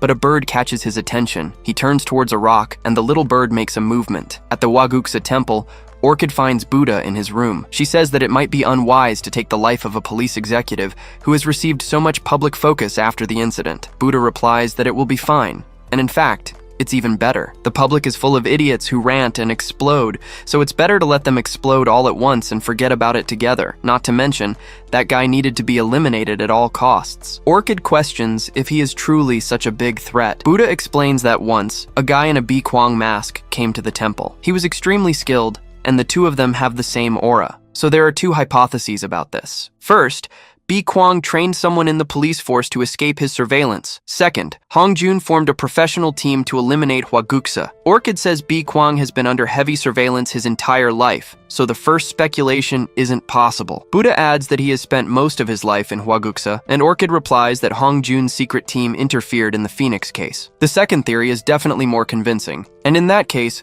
Hong Jun might attack Bi Kwang alone. She asks if 1 month would really be enough. Buddha explains that Bi Kwang's condition was critical after the True Religion operation, and 1 month should be enough. Orchid asks if he's going to take a break, but Buddha says no, he has to go somewhere first. Then that month bids farewell to his master. He goes into a room with a picture of Hong Jun and comments that he is quite skilled. Maybe he should investigate this. Elsewhere, Kyung-soo taps his shoulder. He says there was nothing about him reading a eulogy. Hong replies that a Young isn't there, and he wrote everything, so he just needs to read it. But Kyung-soo tells him not to decide things on his own. He should at least give him a heads up next time, but Hong Jun calls the kid out. He says he's still his superior, and he can't treat him like that, but Kyung-soo replies that yes, he can. That's because the thought of crawling into that hole to save him makes his whole body itch. At the police officer's funeral, there was a stage. A woman up there announces that it is now time for the speech from Senior Officer Kyung-soo. He thinks that to pray for those who have passed, he really isn't the right person for the job. As he read the speech written by Hong Jun, he felt his remorse and sadness. He was genuinely unhappy about the passing of his fellow police officers. However, for him, instead of feeling sad reading the speech, finishing his speech, he'd made the man feel like shit. Kyung-soo thought the situation was terrible, but then someone calls his name. It's National Commissioner Nako, asking if he's the senior officer. He mentions that Kyung-soo was the one who first uncovered the drug case at the club, which he confirms. Nako says he'll be a great officer and hopes he does well in the future. But something about handling such a major case still bothers him. The superintendent should have reported directly to proceed, but the mission was successful anyway. He wonders if this should be considered luck or misfortune, given the loss of so many young officers. He asks Kyung-soo for his opinion. The protagonist wonders if this guy is bald. He tries to speak, but a crying mother interrupts them, crying out for her son. Kyung-soo thinks he now understands why he feels so awful. Maybe it's because if it were him, no one would be genuinely sad. Considering this, his new life isn't so different from an assassin's. A man says that he went on the mission with his son. Fortunately, some people made it out alive. His son was on his way to becoming an excellent officer, and Kyung-soo was a young man just like him. So please, he must live for his son and make his dream a reality. After all, he's someone's son too. They shake hands, and Kyung-soo says it would be his pleasure. As they walk away, Hong-jun says he handled that very well. The announcer states that was the speech by Officer Kyung-soo, and next up is High Priest Yu-hwa from the nation's intangible cultural heritage, Waguksa. Yu-hwa simply says, Namu Amitabha, before beginning. We are people interconnected by divine grace, which is the definition of family in Buddhism. These young people received the country's grace in the form of their salaries. They contributed to these graves by giving their all to their duty as officers. Considering this, we can call everyone family. Mothers and fathers, do not grieve, for the officers behind you are your children. Young officers, do not fear, for the parents sitting before you are your parents. We are all one family. Kyung-soo thinks that he has always seen Buddha up close, more than anyone else. But this was the first time he had witnessed him outside of Hwaguksa, delving deep into the pain of others and tearing at their emotions, forcing them to trust him in the end. His speech sent a shiver down Bi Kwang's spine. Yu Hua says they will now have a minute of silence for prayer. At that moment, Bi Kwang made an oath that after exposing all of that scoundrel's iniquities, he would take his life. With that, they say their last goodbyes and the funeral concludes. Some people ask Buddha how they are supposed to live now. Kyung-soo watches this from a distance until Nako calls him over. He says it was good to meet him and looks forward to his future activities, and Kyung-soo thanks him. Nako says he would offer him a meal, but the official word is bad. He tells him that as he's leaving, he should at least get a coffee from the vending machine, handing him a coin. Bi Kwang accepts, and Nako tells him to take care. The protagonist looks at the 501 crane coin. Back in Hong-jun's office, he asks if he found the Phoenix's hideout, and Kyung-soo confirms. He lifted a stone, and there it was, with a descending door. Hong-jun remarks that the stone must have been quite unique for him to have discovered it so easily, and asks what was inside. Kyung-soo replies that it was a diary written by the Phoenix and information about the members, but it wasn't very detailed, just a little more than what they already know. Hong-jun asks when he can see it, and Kyung-soo replies that he will try to bring it by tomorrow. Instead, he needs to discuss something more important today. Hong-jun asks what that could be. Kyung-soo says that from now on, he needs to move into his house. Hong-jun replies that he couldn't even think about it. He can't live with him in the same house, and he doesn't want to. Kyung-soo pulls something from his pocket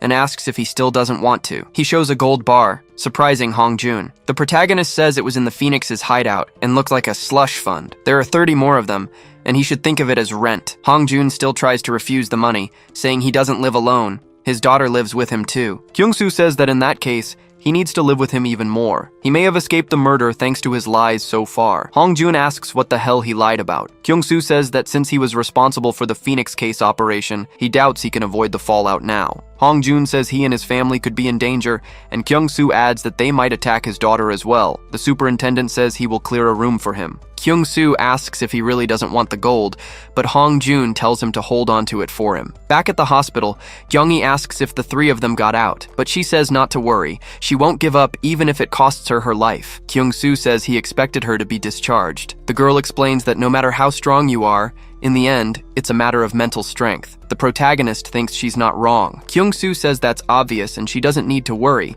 but she should exercise when she gets out. Kyung-hee asks if there was any mention of a promotion. The protagonist explains that it was too early for a 2-rank promotion for him, so the idea was rejected. Senior officer Young and he were excluded, but he heard that all the other officers will be promoted. Young-hee asks if that means the two of them are friends now. So now there are 3 hibiscus heads, and him too. But Kyung-soo replies that she forgot one thing. She was excluded from the promotion candidates. The protagonist says he can't stand her, but she won't be promoted because she used drugs while on duty. The girl says she had no choice, and Kyung-soo adds that she also had no choice but to look for drugs in the hospital, and she'll be disciplined for it. Kyung-hee replies that disciplinary action would be terrible, and the protagonist keeps talking. He says his damn slave was entertaining fantasies about being his friend, and the girl trembles with fear. The protagonist says he will deal with her after she gets out of there. Kyung-hee lets out a scream that can be heard throughout the hospital. Outside, the protagonist comments that he doesn't need to worry about her. He just needs to beat up those two guys and bring them there. That just leaves A-young. He knocks on her apartment door. The girl trembles with fear but opens the door, asking who it is. The protagonist peeks his head in and she startles, backing away. Kyung-soo tells her to open the door immediately. A-young asks why he's there, and he tells her to open the door so they can talk. She asks if he's going to call the police and why doesn't he just go ahead and get lost. But Kyung-soo asks why he would do that. He continues to knock on the door for her to open it, and the girl begs him to stop. She thinks this psycho is going to end up breaking down the door. Later, Kyung-soo summarizes that she wants to quit the police force and lock herself at home. She didn't even go to her colleague's funeral. Kim Ah-young, 29, was the youngest superintendent, known as the cream of the crop, and didn't know the meaning of failure. Hong-jun says he doesn't doubt her ability, but this mission is very dangerous, and the information isn't precise. But he thinks one of their opponents is someone considered one of the top agents of the KNP and was part of Commander Byun Jang-wook's special forces. This might sound strange, but she must proceed with the mission alongside Superintendent Kyung-soo. That was his order. Before going against those orders, back at home, An-hyung blames herself for being too arrogant, but the protagonist grabs her by the shirt, telling her to follow him. Ah-young asks where they are going, repeating the question with a louder voice. At a cemetery, the protagonist says they're here. The girl talks about her clothes, wondering what she should do and what to say. How could she possibly apologize to them? But the man asks if she is the captain in charge of the mission. The girl trembles in fear, but the man tells her to please live with their children in mind and be careful so that something like this doesn't happen again. An-hyung starts to cry. She falls to the ground, apologizing, saying she's so sorry. It was all her fault, all because of her. But the family embraces and welcomes the girl anyway. The protagonist watches from a distance and tells her to think carefully about which path to choose, because that path will be the one where she can apologize to her colleagues. Later, in a coffee shop, he says they don't have time and must summarize everything in 3 sentences. The two of them are a bit confused by this. They ask if Kyung-soo won't listen to their problems and how they can possibly summarize them in 3 sentences. But the protagonist replies that he can't stand talking to men. Hee-jun says he had a friend he could never beat in a fight, but that friend became a criminal, so he became a cop to catch him. Seong-hyun explains that he was bullied for being shy, so he learned jujitsu and became a cop to catch bad guys. Kyung-soo slams the table, asking why. Since they both have clear goals, they shouldn't quit being cops. Seong-hyun says he saw it too, that they can't do anything and are trash for not being helpful. The protagonist thinks it's self-hatred. An-young is self-confident, so she'll be fine. But these guys are the most annoying type of people. He tells them that if they think about quitting one more time, he'll beat them until they shut up and get back in line. They shouldn't waste energy on useless things, but Seong-hyun protests he was just seeking advice. And just like that, the 3 of them returned to the police force. Hwang Hee-jun and Seong-hyun were promoted to superintendents, and to work on their weaknesses, they continued to train with the protagonist. Thus began their special training during missions. And finally, Kim An-hyung met a man who hated her. He mentions that the bastard Dong Cheol was still alive. It was the former security force commander of KNP-22, Byun Jang-wook, who questions why she came to see him. In Hong-jun's office, the protagonist hands over the materials, saying he should summarize the data from the Phoenix's investigations. The ones Phoenix didn't get along with were March's Cherry Blossom, April's Black Lespedeza, and July's Lespedeza. April and July, known as the Lespedeza brothers, were being paid by Hwaguksa, but after a certain point, the money stopped. March, September, and October were also in the group that wasn't receiving funds. However, in the brothers' case, the reason was that they were operating some kind of business that has yet to be identified. When they don't have missions, they train, but sometimes they go to an external gym. They consider themselves naturally jacked, but they definitely use steroids, and the younger one for sure. Hong-jun says this is good information and that he will investigate companies opened in the last 3 months and records of steroid use. Next was March's Cherry Blossom, who doesn't receive money from Hwaguksa but gives it to them instead. The payment order to her direct superior is Phoenix, Maple Leaf, and then Cherry Blossom, which is why Phoenix was so anxious. Hong-jun looks at the photos, asking why they are all female celebrities. The protagonist asks if he knows them, and Hong-jun says it's impossible not to. He's a huge fan of all of them. It would be weird not to know them. Kyung-soo says that one of these 3 is the Cherry Blossom. The superintendent is surprised and says it's impossible, but the protagonist explains that this is written from what Phoenix investigated. If you look at the information, her relationship with Phoenix isn't good, but she often received or requested drugs that weren't for personal use. A month ago, there was a drug incident in the entertainment world, and that narcotic was one of the new drugs Phoenix gave to Cherry Blossom. It's assumed that the Cherry Blossom is in the industry. Hong-jun says, "So? The bald monk's hwaguksa?" He wants to know what his motivation would be. The protagonist replies that the asshole's motivation was when he was named Bi Kwang. Buddha asks if he knows what the most important thing in human life is. The protagonist answers no. Then the monk replies that it was fear. Humans live to overcome fear. To overcome the fear of starvation, humans work. Out of loneliness, they began to make friends. But when faced with the fear of losing their lives, no human can win. Everyone looks for a god at that moment. Who knows? In such a chaotic world where fear continues to infect society and people have begun to lose all hope in life, they are all facing the fear of death. Maybe he will become a god. December's Bi Kwang, along with the other months, will become the nation's fear. The protagonist says that's what he said, and that's the goal of that damned monk. Hong-jun remarks that he wants to be a god, a rather absurd goal, but he has a question. He wants to know why the months are loyal to Buddha. Bi Kwang replies that apart from a few he mentioned, most of the months have absolute loyalty to the damned Buddha. The reason is that most of them were raised as assassins by Buddha from a young age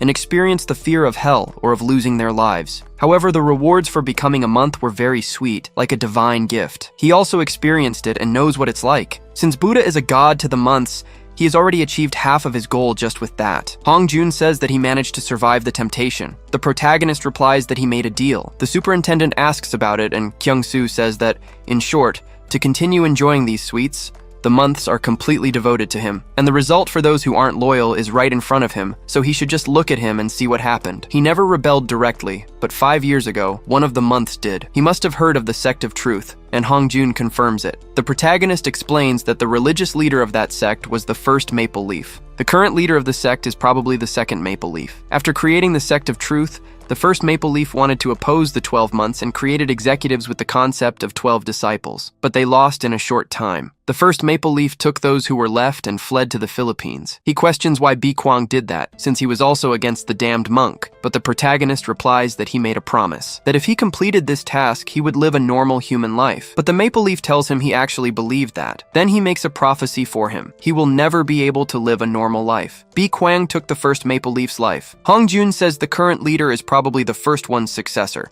but he had said he took his life too. The protagonist denies this, explaining that you could consider him the maple leaf, but he wasn't the same person. He has very strange aspects, and even when they had group tasks, someone else always came. What was strange was that although they all had different ages, genders, and voices, all their actions, personalities, and ways of speaking were the same. Anyway, he has already handed over all the materials Phoenix gave him, so he's leaving now, and the next target will be the Cherry Blossom, since she is definitely one of the three. Hong-jun understands, and the protagonist gets a bit suspicious. On the way home, he asks why someone of such high rank was driving such an old car and says he should get a new one. But Hong-jun explains that his wife, who passed away 3 years ago, had bought that car for his birthday 15 years ago. Kyung-soo says he must not have been very loved by his wife if he's still keeping this old clunker, but Hong-jun tells him to get out of his car. He then adds that his wife was also a police officer. The protagonist asks if she lost her life in combat, but Hong-jun says that 3 years ago, a person with a mental illness randomly took her life. Bi Kwang is sorry to hear that, but the superintendent explains that the sick person was a believer of the sect of truth,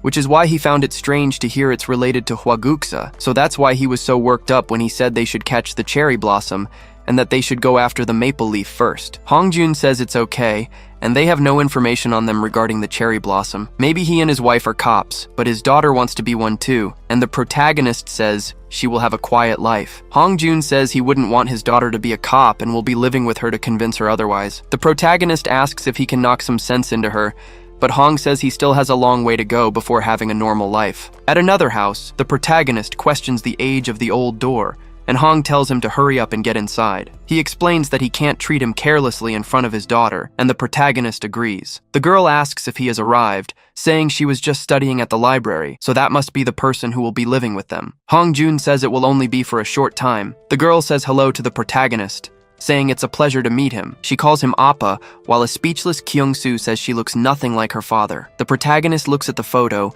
saying she looks like her mother, and Hong replies that it'll take an eternity to live life as a human. He prepared a room for him on the second floor, so he should go up and sleep. He's going to bed first, and the girl wishes her father good night. The two start looking at each other, and Kyung-soo turns away, saying she should rest. But the girl holds his hand, asking if she can come to his room later. She has something to ask, and the protagonist is confused. Later in his room, he repeats her question about what he did to become a police officer. The girl confirms, as she also wants to be a police officer in the future. Kyung-soo says he lost his life and became a cop, but she's confused, questioning if he trained so hard he died. The protagonist thinks that he doesn't have much information about this body's previous owner. His parents committed a crime when he was young, and the boy grew up in an orphanage. Nothing has changed, despite knowing something. He tells her not to ask about police stuff, but the girl asks why, saying she can be trusted. Kyung-soo explains that Hong didn't want her to become one. The girl says she hates her father, and the protagonist says he wasn't supposed to tell her that. It's her life, but he's still interfering. The protagonist asks why she doesn't come with him to training tomorrow since it's the weekend. Just once would be fine. The girl thanks her appa, and Kyung-soo thinks she'll give up after seeing hell. At training the next day, the three of them question what's going on. The protagonist tells them to say hello to his special guest who will be training with them, and the girl says hello. Jong-hee asks if she's a student and if she was kidnapped, but she says she'll introduce herself. She's Hong Yeon, a high school senior, and she wants to become a police officer just like them, so she came to watch the training. Jong-hee asks if she wants help with her studies, but Yeon says she's number one in everything. Kyung-soo tells them to stop the chit-chat because they're starting the training. Heejin throws a punch, but the protagonist dodges it immediately, landing an elbow strike to his chest. Sung-yoon moves in to grab him, wrapping his arms around his waist, but Kyung-soo grabs him back and throws him into the air. Yeon questions why they're suddenly fighting, but the protagonist answers that this is the training, a well-planned ambush, so obviously the two of them planned it.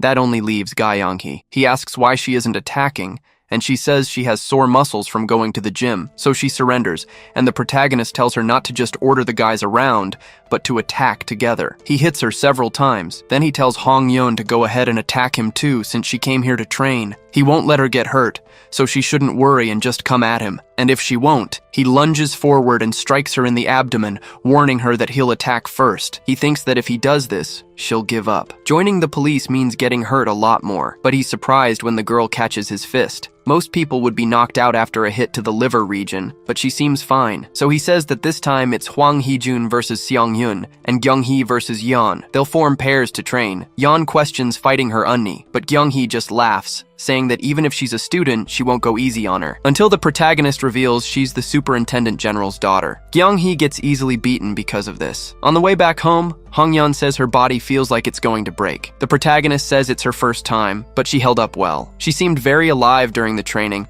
and will definitely become a good police officer. The girl thanks him for saying that. They enter the house, and Hong Jun is there with coffee in hand, looking confused. He asks why they're coming home together, but the protagonist says it was a coincidence. Hong warns his daughter not to get close to this guy because he's trouble. Kyung-soo replies that the superintendent has no social skills. Yeon says he's not bad, he's actually nice, blushing as she says it. Hong is surprised but quickly turns to the protagonist, irritated. He tells him to get out of the house, and Kyung-soo says he didn't do anything. Yeon asks him not to do that to his guest. Meanwhile, on the other side of the door, some people are talking and watching from a distance. The protagonist notices them. Outside, some assassins are waiting for the protagonist. Bi Kwang says he was expecting the Lespedeza brothers, but they sent the Maple Leaf instead. The three of them ask how he knows who they are. Bi Kwang replies that no one else would send so many people, and that Hong Jun will love this, since they conducted the Maple Leaf's capture. The assassins run towards him. One moves a knife quickly, but Bi Kwang just waits, then lands an elbow strike on him. The other two assassins keep advancing, but the protagonist grabs both of their heads and smashes them together. One of the assassins leaps with a knife but is met with a kick. He's thrown far away while the others groan on the ground. The protagonist thinks that these guys aren't trained assassins. The way they hold their knives is strange, and they're complete amateurs. One of them gets up saying his mind is blank and asks what happened. They look around, wondering where they are. Later, Hong Jun summarizes that they don't remember why they came there, and Bi Kwang says it's the first time he's seen this. The men ask to leave, saying they're going to sue him. Hong Jun says they attacked first,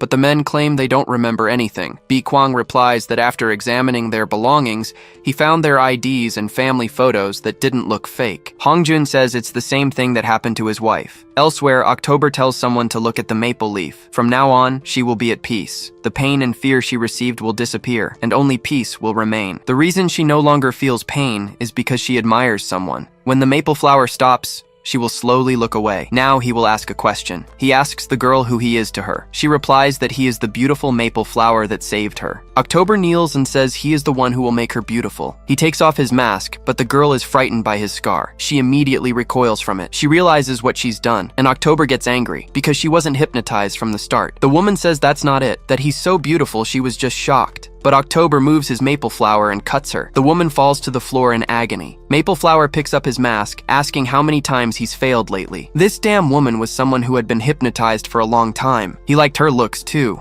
What a waste. Meanwhile, a red-haired girl says there's still a little left of what they received. If he liked her, he could have just used the drug. Maple Flower replies that they need to use it sparingly until a new phoenix is named. A blonde woman says he's failed a lot recently, including this week where 20 people lost their lives, and they are enough for him. Maple Flower asks if Yellow Leaf is jealous because having more leaves is more beautiful. The girl tells him to go easy on them when the hypnosis doesn't work well, as it's hard to bring people there. But Maple Flower says, you can't change people. He identifies with that saying, you can't change people, you can only replace them. If he alters them without much conviction, it only causes problems. That's why they need to be changed from scratch, exactly like those two. By the way, he asks where the men they sent after that police officer are. Yellow Leaf says they failed. October says he must report this to the Buddha. Orchid warns that the Maple Leaf's report has arrived. Hongjun seems to be a very skilled person. He was worried about something and wants to ask the monk, but Buddha tells him to think ahead. Orchid says that as soon as the mission he personally commissioned is completed,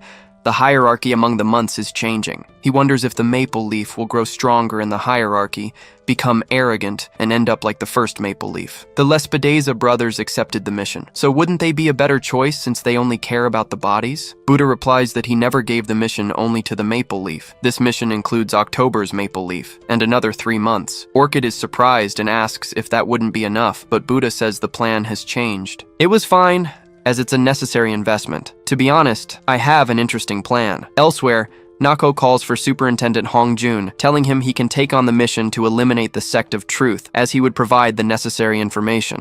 Hongjun asks if he hadn't told them not to get involved in this. Nako says the superintendent was attacked again. After analyzing the matter, the Sect of Truth appears to be involved, and it's the same kind of incident that happened to his wife. What he said before doesn't apply to cults. He is aware of their methods, and based on his information, the Sect of Truth is actively spreading its propaganda. This is linked to the recent disappearances of women, and he wants him to look into it, asking if he will accept the mission. Kyung-soo says they should do it. Hongjun explains that he hasn't decided yet, but the protagonist questions his hesitation. They took his wife's life and attacked him, so they could easily target Maple Leaf next. The superintendent replies that he shouldn't take jobs with personal feelings involved, and they still don't have enough information. If it were the Lespedeza brothers or Cherry Blossom, groups they have more information on, it would be easier. He then notices the protagonist has vanished. Sighing alone in his office, he doesn't understand a thing. The trio of officers says their mission is to capture cultists and asks what kind of pseudo-religion this is. Kyung-soo explains that,